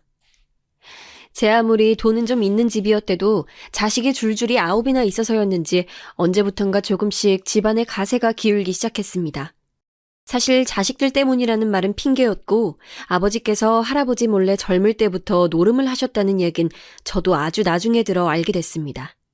어찌됐든 간에 당시 집이며 땅은 모두 다 할아버지께서 만들어 놓으신 재산이었는데 집에서 아이 만드는 것 말고는 할 줄 아는 거라고는 없으셨던 아버지는 막내인 제가 태어날 때까지도 제대로 된 일 한번 해본 적이 없을 정도로 평생 할아버지의 그늘에만 사시다가 할아버지까지 돌아가시게 되어버리자 세상 물정이라고는 모르니 아버지는 급한 대로 있는 땅이란 땅부터 몽땅 다 팔아 제꼈고 제가 국민학교에 들어갈 때쯤에는 결국 당시 살고 있던 집 한 채 남기고 다른 재산은 모두 다 홀라당 날려먹었답니다. 부자는 망해도 3대는 버틴다더니 이건 무슨 3년도 버티질 못하고 하루아침에 집안이 폭삭 망해 있었습니다. 제 손으로 돈 한 번 벌어본 적 없었던 아버지는 여전히 반성이라고는 모른 채 밖으로만 쏘다닐 뿐 집안일에는 전혀 신경도 쓰지 않으셨어요. 집에 쌀이 떨어져도 본인은 새로 산 미제 양복을 번질거리게 차려입고 나가 노름하기 바쁘셨으니까요. 그럼 어머니는 뭐하고 계셨냐고요? 언니들에게 들은 바로는 어머니는 매일같이 저를 품에 안고 아버지를 탓하며 우는 것 말고는 할 줄 아는 게 없는 사람 같았대요. 결국 그런 어머니의 모습에 형제들은 하나둘 다 타지로 나가기 시작했어요. 다들 학업은 뒤로 한 채 돈을 벌어오겠다는 명분이었죠. 언니들은 지방 곳곳 여기저기에 공장들로 뿔뿔이 흩어졌고 오빠들은 배를 타고 왔다 갔다 하며 돈이 생길 때마다 집에 와 맛있는 것도 사주고 어머니께 꽤 두꺼운 봉투에 가득 돈을 담아주고 가는 것 같았어요. 집에 돈이 들어오면 노름장까지 돈 냄새가 흘러가는지 아버지는 언니 오빠들이 집에 오는 날이면 어떻게 귀신같이 알고 들어왔어요. 어린 제가 보기에도 아버지는 아무 생각 없는 한량처럼 보였습니다. 젊은 날에는 부모에게 빌부터 살고 한창 자식들 배불리 먹여야 할 때는 있는 재산 다 털어나가고 이제 더는 털어갈 것도 없는 집안에서 아무것도 해준 것 없는 자식들한테까지 손을 벌리고 있으니 말입니다. 엄마는 아빠가 왜 좋아서 결혼했어? 딸이 둘이나 딸린 호라비에다가 고집센 시어머니. 어린 마음에도 정말 이해가 되질 않아 저는 잠이 오지 않는 밤이면 어머니의 품에 안겨 묻곤 했습니다. 그럴 때마다 어머니는 어려서 뭘 알겠니? 라고 운을 떼시고는 한참 말없이 가만히 계시다 뭐가 좋은지 입꼬리를 올려 웃기까지 하시고는 그래도 네 아버지가 인물은 좋잖아. 키도 훤칠하고 라며 아버지 편을 드셨어요. 어린 마음에도 그때 분명히 깨달았죠. 남자 인물 좋아봐야 필요 없구나. 무조건 성실하고 착한 사람. 노름에는 절대 손 안 대고 자기 아내랑 자식밖에 모르는 사람. 꼭 그런 사람을 만나야지라고 생각하며 잠에 들곤 했습니다. 그렇게 시간은 흘러 언니들도 각자 결혼을 해서 든든한 형부들도 생겼고 큰오빠는 오랜 시간 동안 배를 타며 번 돈으로 큰 배를 사 해외에 몇 달씩 나갔다 들어오면 예전에 아버지의 땅이었던 땅도 다시 척척 사들였고 작은 오빠는 모아놓은 돈으로 서울로 올라가 가게도 차렸으니 아무리 아버지가 엉망인 사람이라도 앞으로 오빠와 언니들이 집안에 많은 보탬이 되어줄 거라 희망을 갖고 있었습니다. 그렇게만 해준다면 저도 성인이 되는 대로 언니와 오빠들처럼 가족을 위해 엄마를 모시고 잘 살아나갈 수 있을 거라 생각했죠. 그런데 제 생각은 너무도 순진하기만 했습니다. 더 이상 언니들과 오빠들에게 가족이란 어머니와 제가 아니었어요. 각자 결혼을 해서 새롭게 꾸려낸 아내와 남편, 자식들이 가족이었죠. 고등학교에 다니는 내내 저는 제때 학비를 내지도 못할 정도로 상황이 좋지 않았었는데 돈이 급할 때마다 오빠들에게 연락을 하면 다들 아버지를 핑계로 돈을 보내줄 수 없다고 했습니다. 자신들이 젊은 날 개고생을 하며 돈을 벌어다 주면 어차피 아버지라는 사람이 노름을 내 돈이란 돈은 다 날리는 것을 누구보다도 잘 알고 있으면서도 어머니는 항상 아버지에게 다 뺏기고는 며칠 뒤에 또 돈을 보내달라 했다는 것이었습니다. 나도 할 만큼 했어. 이번 학비까지만은 어떻게 보내주겠지만 다음번엔 나도 모르겠다. 나도 이제 처자식이 생겼어. 더는 아버지 노름 미천 못 대드려. 니네 형부 요새 힘들어. 나는 돈 얘기 못해. 우리 집은 원래 고등학교 나온 사람 없어. 언제부턴가 집에도 잘 찾아오질 않으니 언니와 오빠들에게 전화도 해보았지만 돌아오는 대답은 모두 다 냉랭하기만 했습니다. 저는 너무 서러워서 엄마 몰래 이불을 뒤집어 쓰고 베갯잇을 이에 물고 엉엉 울어대기도 해보았지만 사실 언니들과 오빠들의 마음이 이해가 되지 않는 것은 아니었습니다. 다들 살기 힘들고 한푼이 아쉬운 시대인 거야 모두 같았지만 동네에 다른 형제 많은 집 부모들은 그래도 머리 좋은 자식 하나는 어떻게든 대학이라도 보내려 안 하는 일 없이 안간힘들 쓰고 있었고 그게 아니더라도 조금이나마 자식들 고생 덜 시키려 하는 부모들이 대부분이었으니까요. 예전에 부잣집이었다. 아무리 큰 소리를 쳐댄데도 동네에서 우리 집을 알아주는 사람은 아무도 없었습니다. 진작에 아버지라는 사람은 노름으로 재산을 탕진한 것도 모자라서 아직도 여기저기서 돈을 빌려다 노름을 끊지 못하고 8이나 되는 자식들은 키워준 어머니에게조차 발길을 끊고 있었으니 주변에서는 다들 힘들게 자식 많이 낳아봐야 좋을 것 없다는 소리만 해대기 바빴습니다. 사실 저는 남들 하는 소리는 신경도 쓰이지 않았습니다. 어떻게 해서든 고등학교라도 졸업해야 어디든 취직이라도 해서 어머니와 둘만이라도 먹고 살아야 했으니까요.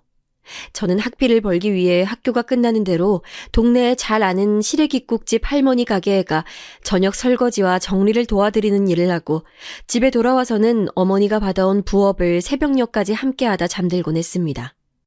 일이야 뭐든 간에 고되기야 했지만 그 당시엔 혹여나 아버지라도 집에 돌아올까 불안한 마음으로 하루하루를 살고 있었던 시기라 사실 저는 하루라도 빨리 돈을 벌어 졸업이라도 할 수 있으면 다행이라고 생각하며 지냈습니다. 물론 어머니는 집에 들어오지 않는 아버지가 걱정되는 것 같았지만요. 그렇게 저는 위태위태하게 고등학교를 졸업했고 평소 시래기국집 할머니 가게에 단골 손님으로 자주 오시던 인쇄소 사장님께서 저를 좋게 봐주시고 감사하게도 일을 같이 해보자 제안해 주셔서 졸업을 하자마자 곧바로 취직을 해 일할 수 있었습니다. 어린 나이부터 공장에 다니던 언니들만큼은 아니었지만 그래도 어머니와의 안정적인 미래를 꿈꾸며 지낼 수 있을 만큼의 월급은 받으며 나름대로 씩씩하게 잘 살아가고 있었습니다. 그런데 이제부터 진짜 제 박복한 인생의 시발점이 되는 사건이 벌어지고 맙니다. 인쇄소에서 일을 하던 중 우연히 어릴 적부터 저를 알고 계셨던 동네 분을 만나게 됐는데 아버지의 소식을 전해주시며 빨리 아버지에게 가봐야 할 것이라는 소리를 듣게 됐습니다.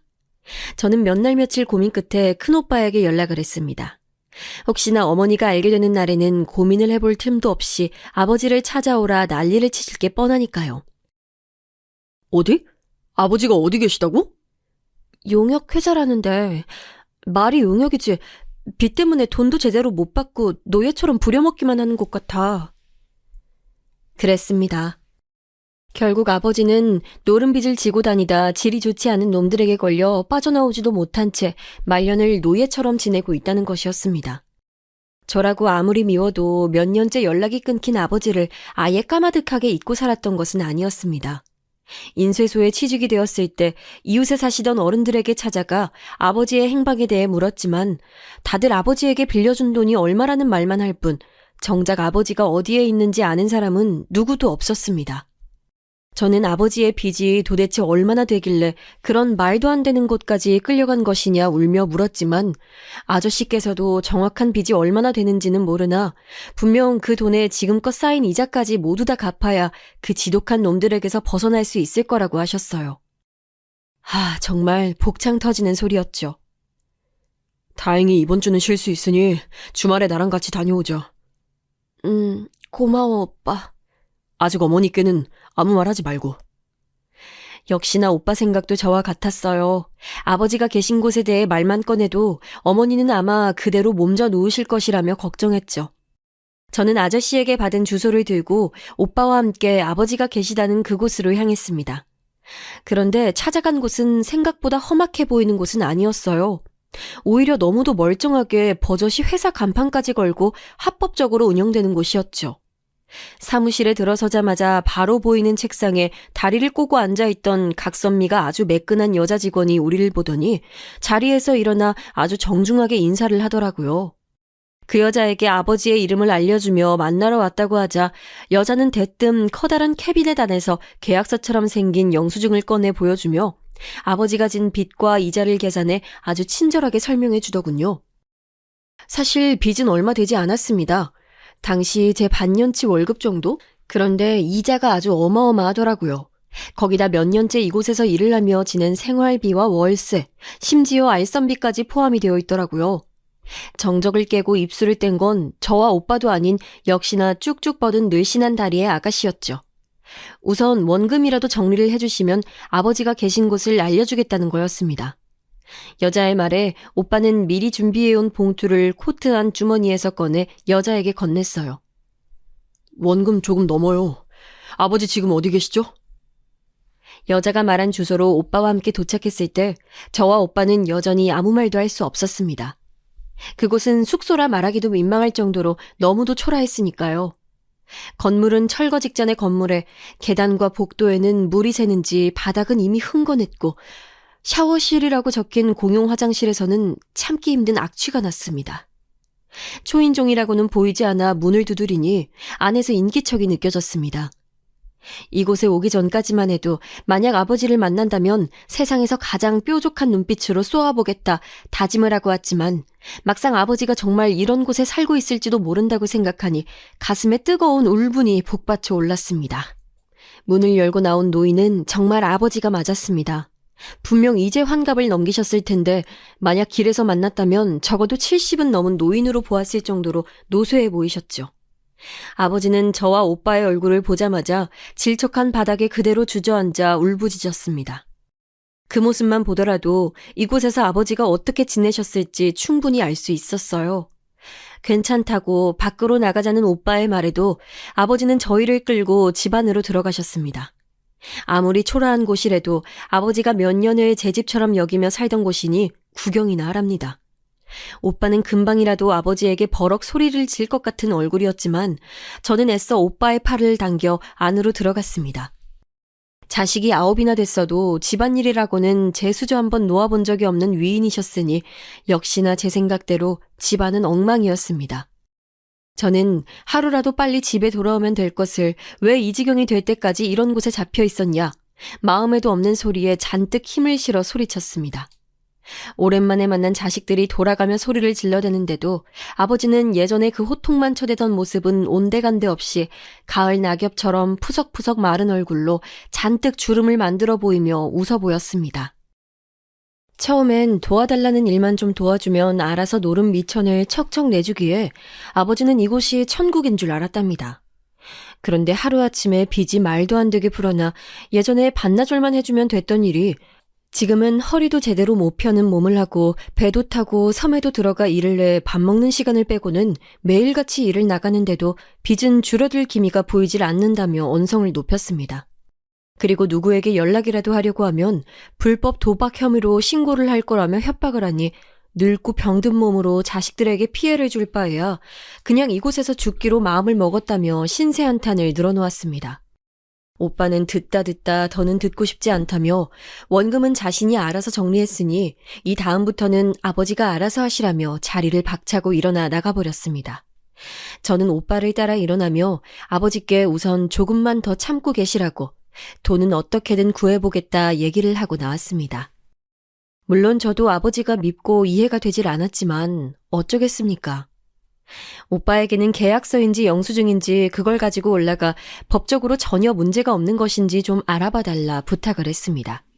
그러자 오빠는 저런 인간들이 말이 통할 것 같으냐, 아버지는 저렇게 당해도 싼 인간이라며 엮여봐야 좋을 게 없으니 자신은 일체 신경 쓰지 않을 거라며 저에게도 신경 쓰지 말라고 했습니다. 다른 형제들이나 어머니에게는 절대 이야기하지 말라면서요. 저는 오빠에게는 알겠다고 하고 헤어졌지만 저는 집에 돌아와서도 매일 밤마다 아버지가 계셨던 그 허름한 방이 떠올라 한숨도 제대로 잘 수가 없었습니다. 결국은 다시 한번 그 사무실을 찾았고 말도 안 되게 부풀려진 이자에 대해 다른 방법은 없는지 물었습니다. 방법이 있다면 제가 어떻게 해서든 갚을 테니 좀 도와달라고요. 각선미가 돋보였던 그 여자 직원도 처음엔 귀찮아하더니 나중에는 마음이 좀 동요했는지 명함을 하나 제게 쥐어줬습니다. 안 그래도 아버지께서 연세가 많아 아무리 일을 시킨데도 돈이 되질 않으니 회사에서도 골칫덩어리라며 명함에 적혀있는 실장이라는 사람을 찾아가면 그래도 좀 말이 통할 거라고 했습니다. 저는 감사하다고 허리를 숙여 인사를 하고 사무실을 나왔습니다. 그리고는 곧바로 공중전화로 달려가 명함에 있는 김 실장이라는 사람에게 전화를 걸었어요. 만약 오빠가 이 사실을 안다면 제게 시집도 안 간 처녀가 정신이 나갔다며 소리를 칠 게 뻔했지만 저도 나름 고등학교 시절부터 식당에서 일을 하며 산전수전까진 아니어도 질 나쁜 어른들을 상대하는 것 정도는 할 수 있을 정도였으니까 괜찮았습니다. 전화를 받은 김 실장이라는 남자는 처음에 아버지의 이름을 댔을 때는 시큰둥하게 굴더니만 딸이라고 말하자 곧바로 흥미를 보이더니 자신이 있는 사무실로 오라고 했습니다. 저도 절대 혼자서는 가면 안 되는 곳이라는 걸 직감적으로 알았지만 어쩌겠어요. 도움을 청할 사람이라고는 없는 상황이었는걸요. 우선 김 실장이 오라고 한 사무실은 역시나 겉은 멀쩡한 건축사무소 간판이 붙어 있었습니다. 슬쩍 문을 열고 들어가자 정숙한 정장을 입은 여자 직원이 밝게 웃으며 무슨 일로 왔는지 물었고 저는 김 실장을 만나러 왔다고 했습니다. 그러자 여자 직원은 안쪽 사무실로 안내를 해주더군요. 김 실장의 첫인상은 생각보다 험악하진 않았어요. 체구도 크지 않은 데다가 몸도 호리호리하니 나이든 빚쟁이들을 협박하고 노역이나 시킬 사람처럼은 보이질 않았습니다. 제가 역시나 사람 보는 눈이 없는 걸지도 모르지만요. 어쨌든 김 실장은 저를 보자마자 위아래로 한번 쓱 훑어보더니만 지금 무슨 일을 하느냐고 물었습니다. 저는 인쇄소에서 격리일과 다른 사무적인 일들을 한다고 말했고 김 실장은 대뜸 월급이 얼마인지 묻더니 그 월급의 2배는 받을 수 있는 곳에 자신이 취직을 시켜주겠다고 했습니다. 저는 그곳이 어디든 간에 분명 멀쩡한 곳은 아니겠다 싶어 저도 모르게 뒤로 한 발 물러서며 쓱 팔을 올려 제 어깨를 감쌌습니다. 그랬더니 김 실장이라는 사람은 대폭소를 하고 웃으며 제게 무슨 생각을 하는 거냐며 네가 아무리 어리대도 네가 따라주는 술을 먹고 돈 낼 사람은 없어. 라고 아주 재수없게 말하더군요. 물론 저도 그런 일을 할 생각은 당연히 없었지만요. 저는 그럼 도대체 무슨 일이길래 저같이 평범한 고졸자에게 그렇게 많은 월급을 주느냐 물었더니 차차 일을 하며 배워나가면 훨씬 더 많은 돈을 벌 수 있다고 했습니다. 저는 당연히 귀가 솔깃했고 그럼 제가 그 일을 하게 되면 아버지를 내보내주고 남은 이자를 나눠서 낼 수 있게 도와달라고 했습니다. 그러자 김 실장은 너무도 쉽게 그렇게 해주겠다고 하더군요. 저는 뭔가 미심쩍었지만 그래도 지금 하는 일보다 돈도 더 많이 벌고 아버지까지 데리고 나올 수 있게 됐으니 어쨌든 잘된 일이라 생각하기로 했습니다. 그렇게 아버지는 그 지옥 같았던 집에서 벗어나 어머니가 계신 집으로 돌아왔고 저도 김 실장이 말한 새로운 직장으로 출근을 했습니다. 다른 형들은 아버지가 놀다 지쳐 다 늙어서 집으로 돌아온 것이라 생각했지만 큰오빠는 잘 다니던 인쇄소까지 그만두고 난생 처음 들어보는 모델하우스라는 곳에 출근을 한다고 하니 아무래도 이상하게 생각했습니다. 저는 지금껏 언니 오빠들이 가장 노릇을 해왔으니 이젠 제가 잘해보겠다고 대충 둘러대며 말을 돌렸습니다. 오빠는 제가 또 고생을 사서 하는 거라며 아버지 감시나 잘하라고 으름장을 놓았지만 저는 무언가 새로운 곳에서 새로운 일을 시작할 수 있다는 것에 기대가 됐습니다. 그리고 특히나 미리 받아온 유니폼이 마음에 들었어요. 푸른색의 단정한 블라우스와 무릎 위까지 올라오는 스커트는 마치 은행원이 입는 유니폼과 비슷해 보였습니다. 그리고 모델하우스에서 하는 일이 생각했던 것보다 저와 잘 맞았습니다. 항상 밝은 얼굴로 새로 지을 집을 보러 온 사람들에게 친절히 설명만 해주면 많은 사람들이 제가 한 말을 듣고 그 큰 돈을 주고 집을 사겠다며 계약서를 쓰더라고요. 신기하면서도 계약서에 사인을 하는 사람들의 모습에 왠지 큰 성취감이 들었습니다. 그리고 가장 중요한 건 계약서에 사인이 늘어나면 늘어날수록 제 월급만큼의 성과급이 들어왔습니다. 사기꾼 같아 보였던 김 실장의 말이 사실이었죠. 인쇄소에서 받았던 월급의 2배를 벌 수 있는 일을 소개해주겠다는 말이 맞았어요. 저는 월급을 받자마자 월급은 뺀 나머지 성과급은 아버지의 빚을 청산하는 데 썼습니다. 그래도 월급만 하더라도 인쇄소 때보다는 더 큰 금액이었으니 아버지까지 세 식구가 살기에는 조금 빠듯하더라도 지낼 만은 했습니다. 그리고 이렇게 3, 4년만 더 고생하면 빚도 거의 다 갚을 수 있을 거라는 희망이 보였습니다. 돈 버는 재미를 알게 되니 모델하우스 일은 금세 실력도 늘었고 함께 일하는 직원들 중 가장 실적이 좋았던 달에는 김 실장이 직접 와 자신이 역시나 사람 보는 눈이 있다며 칭찬을 늘어놓고는 직원들을 모두 다 데리고 회식까지 시켜주더라고요. 학교 다닐 때도 한번 받아본 적 없었던 칭찬을 아버지의 빚쟁이 아저씨에게 받게 될 줄은 꿈에도 몰랐지만 어쨌든 제가 잘하고 있다는 것이니 싫지만은 않았습니다. 그런데 제가 너무도 세상을 밝고 순진하게만 생각하고 있었습니다. 일한 지 1년이 넘었을 때였나? 갑자기 월급이 멋대로 50%나 떼어져서 나온 것이었습니다. 저는 도무지 이유를 알 수 없어 곧바로 격리과를 찾아갔지만 직원은 김 실장의 지시라면서 그쪽에 따지라는 말뿐이었습니다. 저는 기가 차고 어이가 없어 그날 퇴근을 하자마자 김 실장의 사무실로 찾아가 따졌습니다. 그런데 돌아온 김 실장의 말이 가관이었습니다. 아버지가 얘기 안 해? 새까만 대리석 책상에 짧은 두 다리를 꼬고 올려놓은 채 재떨이에 담배를 비벼 끄는 모습이 역시나 재수 없었지만 제가 의린 입장이었으니 무슨 일인지 이야기해달라고 했습니다. 그런데 김 실장은 정말 몰랐냐며 되지도 않는 시치미를 떼더니만 아버지가 또다시 돈을 빌려 갔다는 것입니다.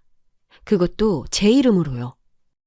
저는 이게 무슨 말도 안 되는 계약이냐고 나한테 묻지도 않고 왜 또 돈을 빌려준 것이냐고 고래고래 소리를 질러댔지만 김 실장은 안 그래도 딸내미 허락은 받은 거냐고 너희 아버지에게도 물었지만 너희 아버지가 어디 그런 상식이 통하는 사람이냐며 이미 도박장에 빚을 잔뜩 지고 온 상태로 와서는 깡패처럼 생긴 놈까지 옆에 달고 왔으니 오히려 자신이 너희 아버지를 도와준 것이라며 적반하장으로 나왔습니다. 저는 너무도 기가 차서 할 말이 없었습니다. 모델하우스는 주말에도 출근을 해야 하는 일이 많았고 휴일도 거의 없이 출근을 하느라 아버지와 마주칠 새도 없었으니 다시 노름에 손을 대고 있을 거라고는 생각도 못했습니다. 아니, 좋은 아버지는 애초에 아니었다 하더라도 사람이라면 다신 화투장 근처에는 가지 말았어야 하는 것 아닌가요? 저는 순간 아버지 관리나 잘하라던 큰오빠의 말이 귓가에 울리며 다리가 휘청 풀려버렸습니다. 조금이나마 희망이 보였던 제 미래가 한순간에 새까만 먹구름으로 가득 들어차 버리는 것 같았죠. 저는 김 실장에게 다시는 아버지에게 돈을 빌려주지 말라고 으름장을 놓고는 그 길로 집으로 달려와 아버지에게 모진 말들을 퍼부어댔습니다. 어머니가 바로 옆방에서 주무시고 계시다는 것도 신경이 쓰이지 않을 정도로 너무 화가 나서요. 아버지처럼 무책임하고 자기밖에 모르는 이기적인 인간은 애초에 구해주는 게 아니었어.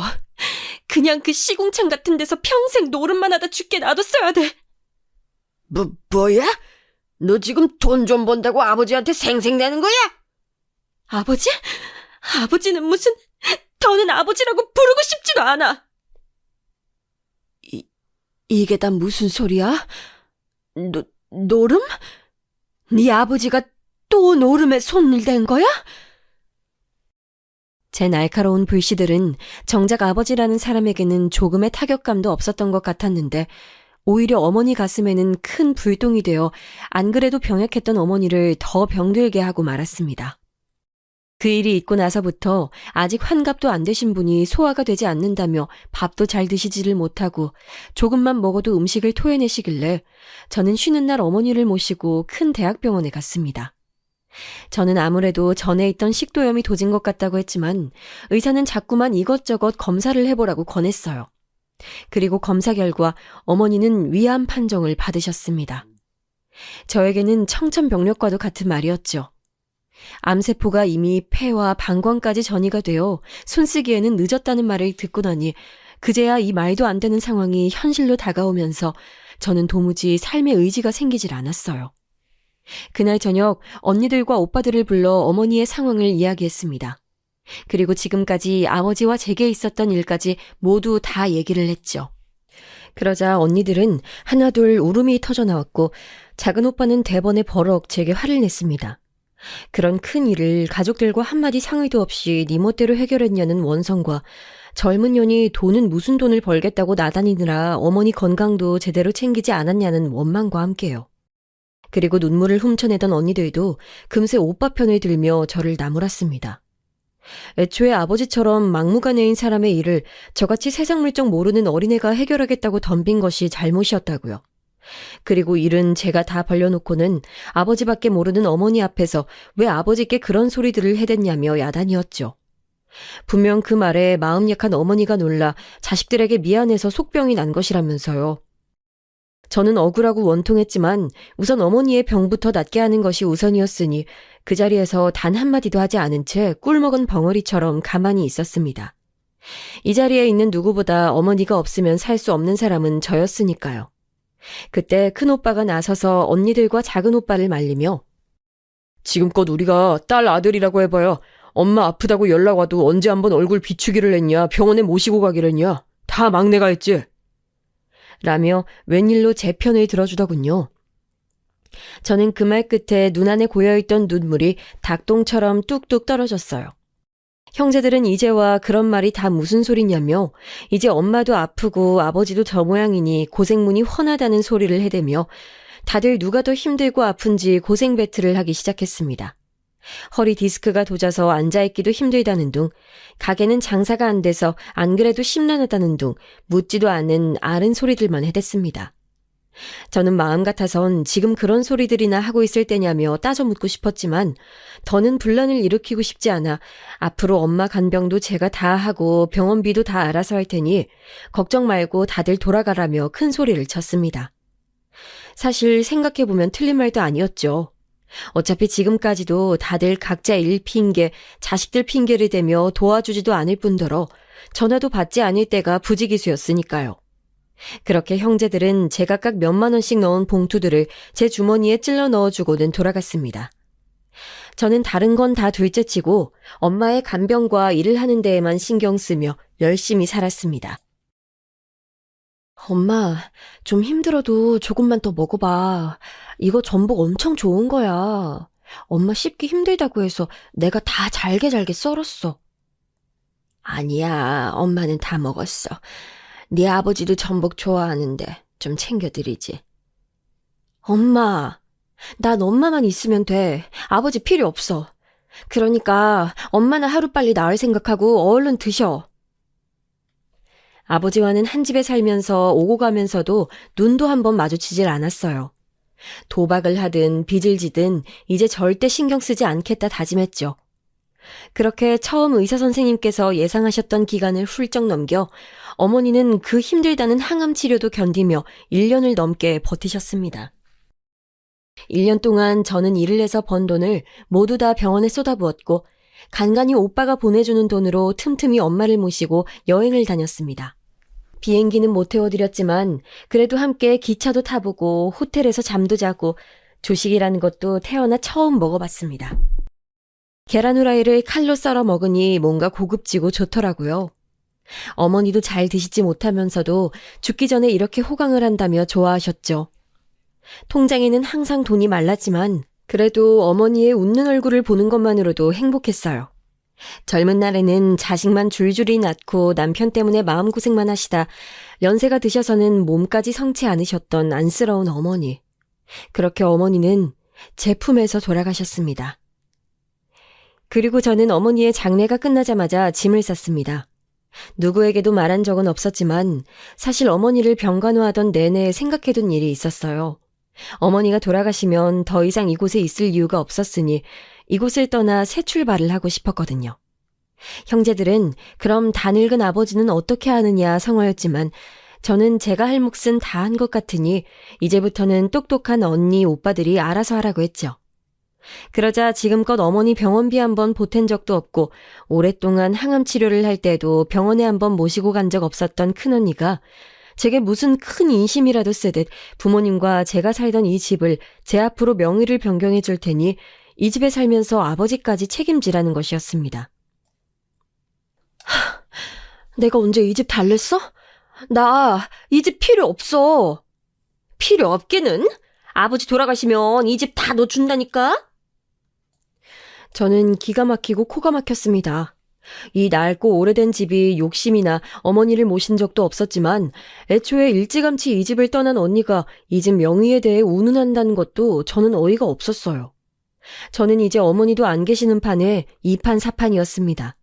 어차피 형제들에게는 남은 정도 없었으니까요. 난 자식으로서 할 만큼 다 했어. 이제 나도 내 인생 살 거니까 다신 나한테 연락하지 마. 뭐? 너 말 다 했어? 언니가 너를 어떻게 키웠는데? 언니가 나한테 뭘 해줬는데 학비내야 한다고 연락했을 때 어떻게 했는지 다 잊었어? 어머니를 간병하는 동안 저도 제가 생각했던 것보다 훨씬 더 많이 지쳐 있었는지 형제들에게 그런 모진 말을 해놓고도 저는 아무런 아쉬움조차 느껴지질 않더라고요. 어머 얘 좀 봐. 오빠, 얘 지금 하는 소리 들었어? 아, 왜 아무 말도 안 해? 한숨만 푹푹 쉬고 있는 오빠 앞에서 언니들은 돌아가며 갖은 욕을 섞어 별의별 소리들을 다 해댔지만 전혀 신경 쓰이지 않더군요. 저는 그대로 남은 가족들과 연을 끊고 서울로 올라왔습니다. 서울은 모든 것이 다 별세계였습니다. 제가 있던 곳에는 아파트가 들어선 지 몇 년 되지 않아 동네에 고층 건물이라고는 없었는데 서울은 이미 아파트의 고층 빌딩들로 빼곡하게 채워져 어디에도 빈 땅이라고는 없는 것처럼 보였어요. 이렇게 집도 많고 건물도 많으니 저는 당연히 저 하나 살 집과 직장 정도는 금방 구할 줄 알았습니다. 그런데 제 수중에 있던 돈 가지고는 단칸방 월세 하나 구하기가 힘들더군요.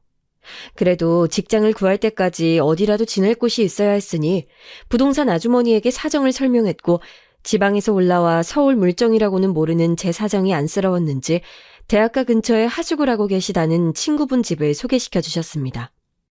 저는 그날로 짐을 들고 들어갔고 그날부터 일을 구하기 위해 백방으로 뛰어다녔습니다. 며칠 발이 퉁퉁 부을 정도로 돌아다니다 보니 처음엔 꼬불꼬불 정신없던 서울 지하철도 어느새 금세 적응했고 버스 노선도 금세 외우게 되더군요. 그래도 명색이 제가 살던 동네 모델하우스에서는 꽤 잘 나가던 직원이었으니 서울에서도 비슷한 일을 해볼까 싶어 모델하우스 이곳저곳에 이력서를 들고 찾아갔지만 다 거절을 당했습니다. 거절을 당한 이유는 다 똑같았습니다. 제가 사투리를 쓰기 때문이라고 하더군요. 할 수 없이 격리나 사무 업무를 볼 수 있는 회사들까지 몽땅 다 이력서를 여기저기 내고 연락을 기다리는 동안에도 마냥 놀고 있을 수만은 없는 노릇이니 당장 아르바이트라도 할 곳을 찾아다녀야 했습니다. 그러다 배가 고파 우연히 들어간 식당에서 가장 싼 백반을 시켜 먹었는데 눈이 휘둥그레질 정도로 반찬이 너무 맛있었습니다. 서울에 와서 먹은 음식들은 죄다 달고 양도 적어서 먹을 때마다 돈이 아깝다 생각했었는데 이 집은 달랐어요. 저도 모르게 계산을 하고 나가면서 사장님께 음식이 너무 맛있다고 오지랖까지 부렸죠. 그랬더니 사장님께서는 대뜸 고향이 어디냐고 물으시더군요. 저는 제 사투리 억양이 서울 사람들에게는 신기하게 들리는가 싶어 조심스레 고향을 말했는데 사장님께서는 역시 그럴 줄 알았다고 너무도 반가워하시면서 자신의 고향도 바로 그 근처라며 좋아하시더군요. 저는 몇 주 서울에서 지내지도 않았는데 벌써 향수병에 걸렸는지 사장님의 말에 눈물이 순간 왈칵하더라고요. 그 길로 사장님의 손에 붙들려 앉아 믹스커피도 한 잔 얻어 마시고 저희 어머니 얘기까지 하게 됐습니다. 형제들과 연을 끄는 얘기까지도요. 사장님은 자신도 어릴 때 부모님이 돌아가셔서 혼자 서울에 올라와 고생도 많이 했지만 그래도 지금은 착한 아내도 만나 자식도 낳고 이제는 식당도 자리를 잡아 하루에 3끼 안 굶고 살고 있으니 저에게도 힘내라며 위로의 말을 해주셨습니다. 가족이야 서울에서 새로 만들어도 되는 것이라면서요. 그리고 반찬이 너무 맛있다는 제 이야기에 바리바리 반찬까지 싸주시며 앞으로 자주 들러 반찬만이라도 가져가라고 하셨습니다. 사장님의 인자함에 절대 그냥 하는 얘기 같진 않았어요. 저와 사장님의 만남은 그렇게 시작됐고 저는 다행히도 얼마 되지 않아 그 근처 작은 간판 가게에 취직을 하게 되어 식당에 더 자주 가게 됐습니다. 가게 직원들과도 점심을 먹으러 들리고 퇴근하는 길에 들리면 사장님은 어김없이 제가 점심에 와서 잘 먹은 반찬들을 싸주시곤 했어요. 외롭고 쓸쓸했던 낯선 서울 생활이 사장님과 함께 있을 때면 따뜻한 가족의 정을 느낄 수도 있었죠.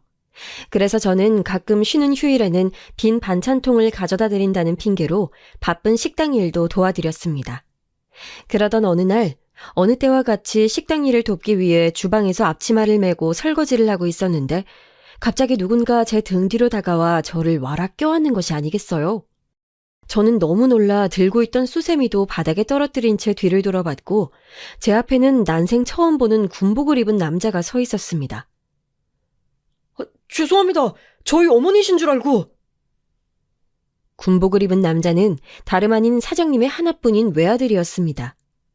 군대에 있다는 얘기는 들은 적이 있었지만 얼굴은 처음 봤으니 저도 화들짝 놀란 것이었죠.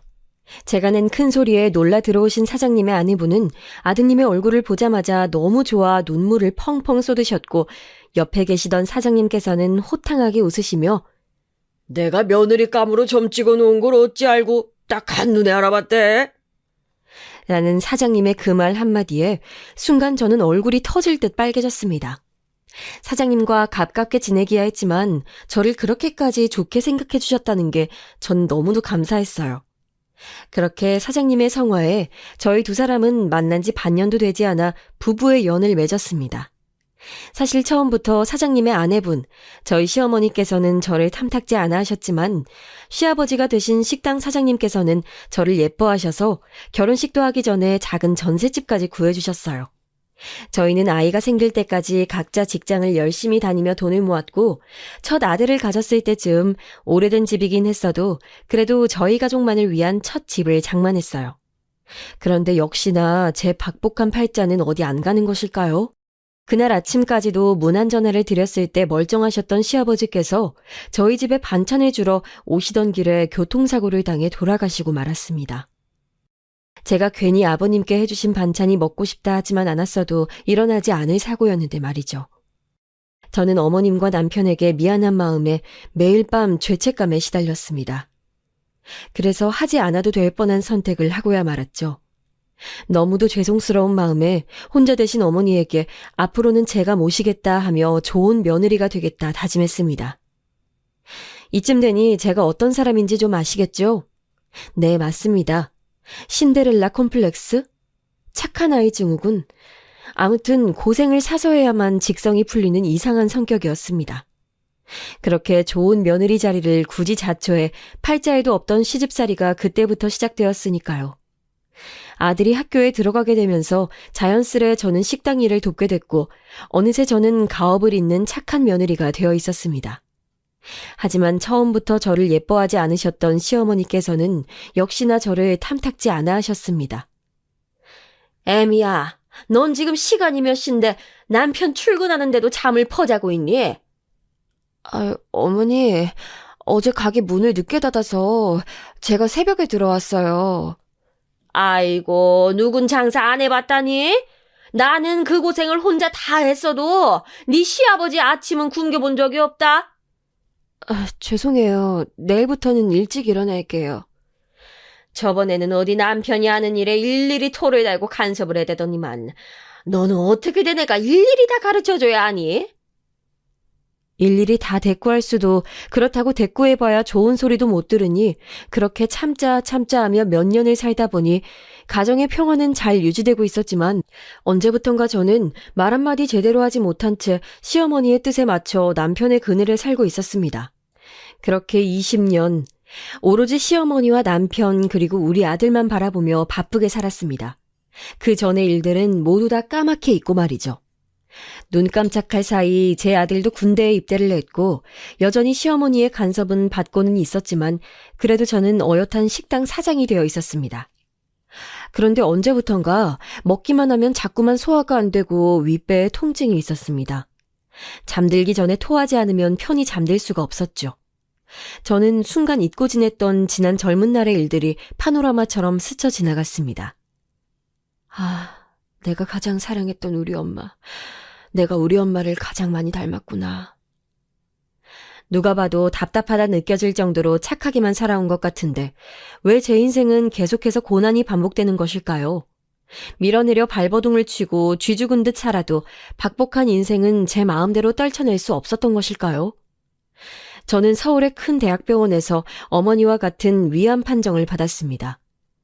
그런데 제가 위암에 걸린 것보다 저를 더 슬프게 하는 일이 있었어요. 바로 저희 시어머님이었습니다. 제가 암에 걸린 사실을 알자마자 모든 행동들이 180도 달라졌어요. 너희 부모라는 사람들은 도대체 어떻게 된 사람들이길래 자식한테 그런 더러운 병을 물려줬다니? 네? 어머니, 그게 무슨 말씀이세요? 너희 엄마도 위암으로 죽었다며. 그게 뭐 좋은 거라고. 아유, 자식한테 주고 가서는 남의 자식 발목을 잡는다니. 어머니, 아무리 그래도 어떻게 그런 얘기를 하세요? 내 아들이 지금 호라비가 3개 생겼는데 내가 못할 말이 어딨어? 시어머니의 말도 말이었지만 더 서러웠던 건 남편이었습니다. 시어머니의 뒤에 숨어 모르는 척 나 몰라라 하더라고요. 시어머니는 제 얼굴을 보고 싶어 하시지도 않았어요. 그러면서 지난 시아버지의 사고에 대해서까지 꼬투리를 잡았습니다. 그런 모진 말까지 들으면서도 저는 버텨야 했습니다. 제게는 이 사람들이 유일한 가족이었고 제 전부였으니까요. 그런데 남편이 출근한 사이 시어머니가 저를 불러냈습니다. 그리고는 통장 하나를 건네더군요. 시작은 저를 위로하는 말로 운을 떼시더니 시어머니는 결국엔 또 당신의 아들이 더 안쓰럽다는 말이었습니다. 이거 받아라. 이게 뭐예요? 웬 통장을? 1,000만 원이야. 네가 우리 집에 들어와 한 게 뭐 있다고. 사실 주고 싶지도 않지만 돈이라도 줘야 내 아들 마음이 편할 것 같아서 주는 거야. 어머님, 지금 저더러 제 아들도 두고 나가라고 하시는 거예요? 내 손주는 내가 알아서 장가 보낼 때까지 책임져 줄 테니까 신경 쓰지 말고 넌 내 아들 옆에서 하루라도 빨리 떠나. 저는 몸이 너무도 쇠약해진 상태라 조금의 스트레스도 버틸 수가 없었습니다. 시어머니의 말도 아들 걱정도 생각할 겨를이 없었어요. 저는 그 길로 짐을 쌌고 다시 고향집으로 내려왔습니다. 20년 만에 돌아온 집은 그대로였습니다. 80이 다 되신 아버님이 혼자 엉망이 된 집에 계셨어요. 그 옛날 지옥이라 부르던 그 단칸방과 달라 보이지 않았죠. 아버님은 제 얼굴을 보자마자 엉엉 눈물을 흘리셨고 힘없는 두 팔로 껴안으셨어요. 그리고는 내내 귓가에 대고 미안하다 하셨죠. 저도 눈물이 났습니다. 지난날 그토록 아버지를 미워했던 마음들까지 모두 다 씻어내려가는 것 같았죠. 그렇게 저는 친정집에 머물며 인생의 마지막을 준비했습니다. 항암 치료도 하고는 있었지만 끝이 머지 않았다는 것을 알고 있었죠. 그래도 하루하루를 뜻깊게 보내려 노력했습니다. 아버지와 도란도란 얘기도 나누고 가끔 내려오는 형제들과 옛날 이야기도 하고요. 그러던 중 연락도 없었던 남편에게 갑작스레 연락이 왔고 조만간 친정집에 한번 들리겠다 하더니 정말 얼마 되지 않아 시어머니와 함께 내려왔더군요. 저는 그래도 제게 조금은 미안한 마음이 있어서 보러 온 것이라 생각했는데 제 기대감을 끝내 산산조각 내며 상처를 주더군요. 시어머니와 남편은 아주 제대로 약이 올라 있었습니다. 알고 보니 시아버지께서 살아생전에 식당이 있는 건물을 매매하셨는데 그 건물 명의를 제 명의로 해놓으셨다는 것이었어요. 그러고 보니 언젠가 시아버지께서 부동산으로 저를 불러 우리 집에서 머리가 제대로 돌아가는 건 저뿐이라며 어딘가에 서명을 하라고 하신 적이 있었던 기억이 떠오르더군요. 이제 시어머니도 연세가 많이 드셔서 건물을 팔아 좀 편하게 살아보려 했는데 그 건물이 제 이름으로 되어 있으니 걸림돌이 되었던 것이었죠. 저는 바라는 것이 없었습니다. 이미 죽을 날을 받아놓은 사람이나 다름없었으니까요. 그런데 남편과 시어머니는 뭐가 그렇게 불안한지 언성을 높이며 제가 여우짓을 해 시아버지를 꿰어놨다고 생각하더라고요. 심지어 시아버지가 돌아가셨을 때도 이 사실을 알고도 모른 척 시치미를 떼고 있었는 줄 알더군요. 저는 기운이 없는 몸으로 애써 아니라고 했지만 소용없었습니다. 지렁이도 밟으면 꿈틀한다는데 저는 없는 힘까지 모두 쥐어짜 자리에서 벌떡 일어나 남편과 시어머니를 밖으로 내쫓아버렸어요. 어차피 난 죽어. 그런데 도저히 당신들 하는 꼴이 배 아파서 당신들은 못 주겠다. 암에 걸린 것도 가족이라 생각했던 사람들에게 버림받은 것도 모두 다 제 잘못이었지만 어쩐지 죽을 때가 되니 서럽고 울분이 터지더군요. 저는 그날로 서울로 올라가 건물을 팔아버렸습니다. 그리고 일부는 제 아들에게 증여하고 나머지는 형제들에게 나누어 줬어요. 박복하기 짝이 없고 바보처럼 답답한 인간인 저로서는 그게 가장 큰 복수라 생각했습니다. 제 얘기는 여기까지입니다. 저는 제 인생 불쌍하고 박복하기야 했지만 그래도 최선을 다해 초라하지만은 않았다 말하고 싶네요.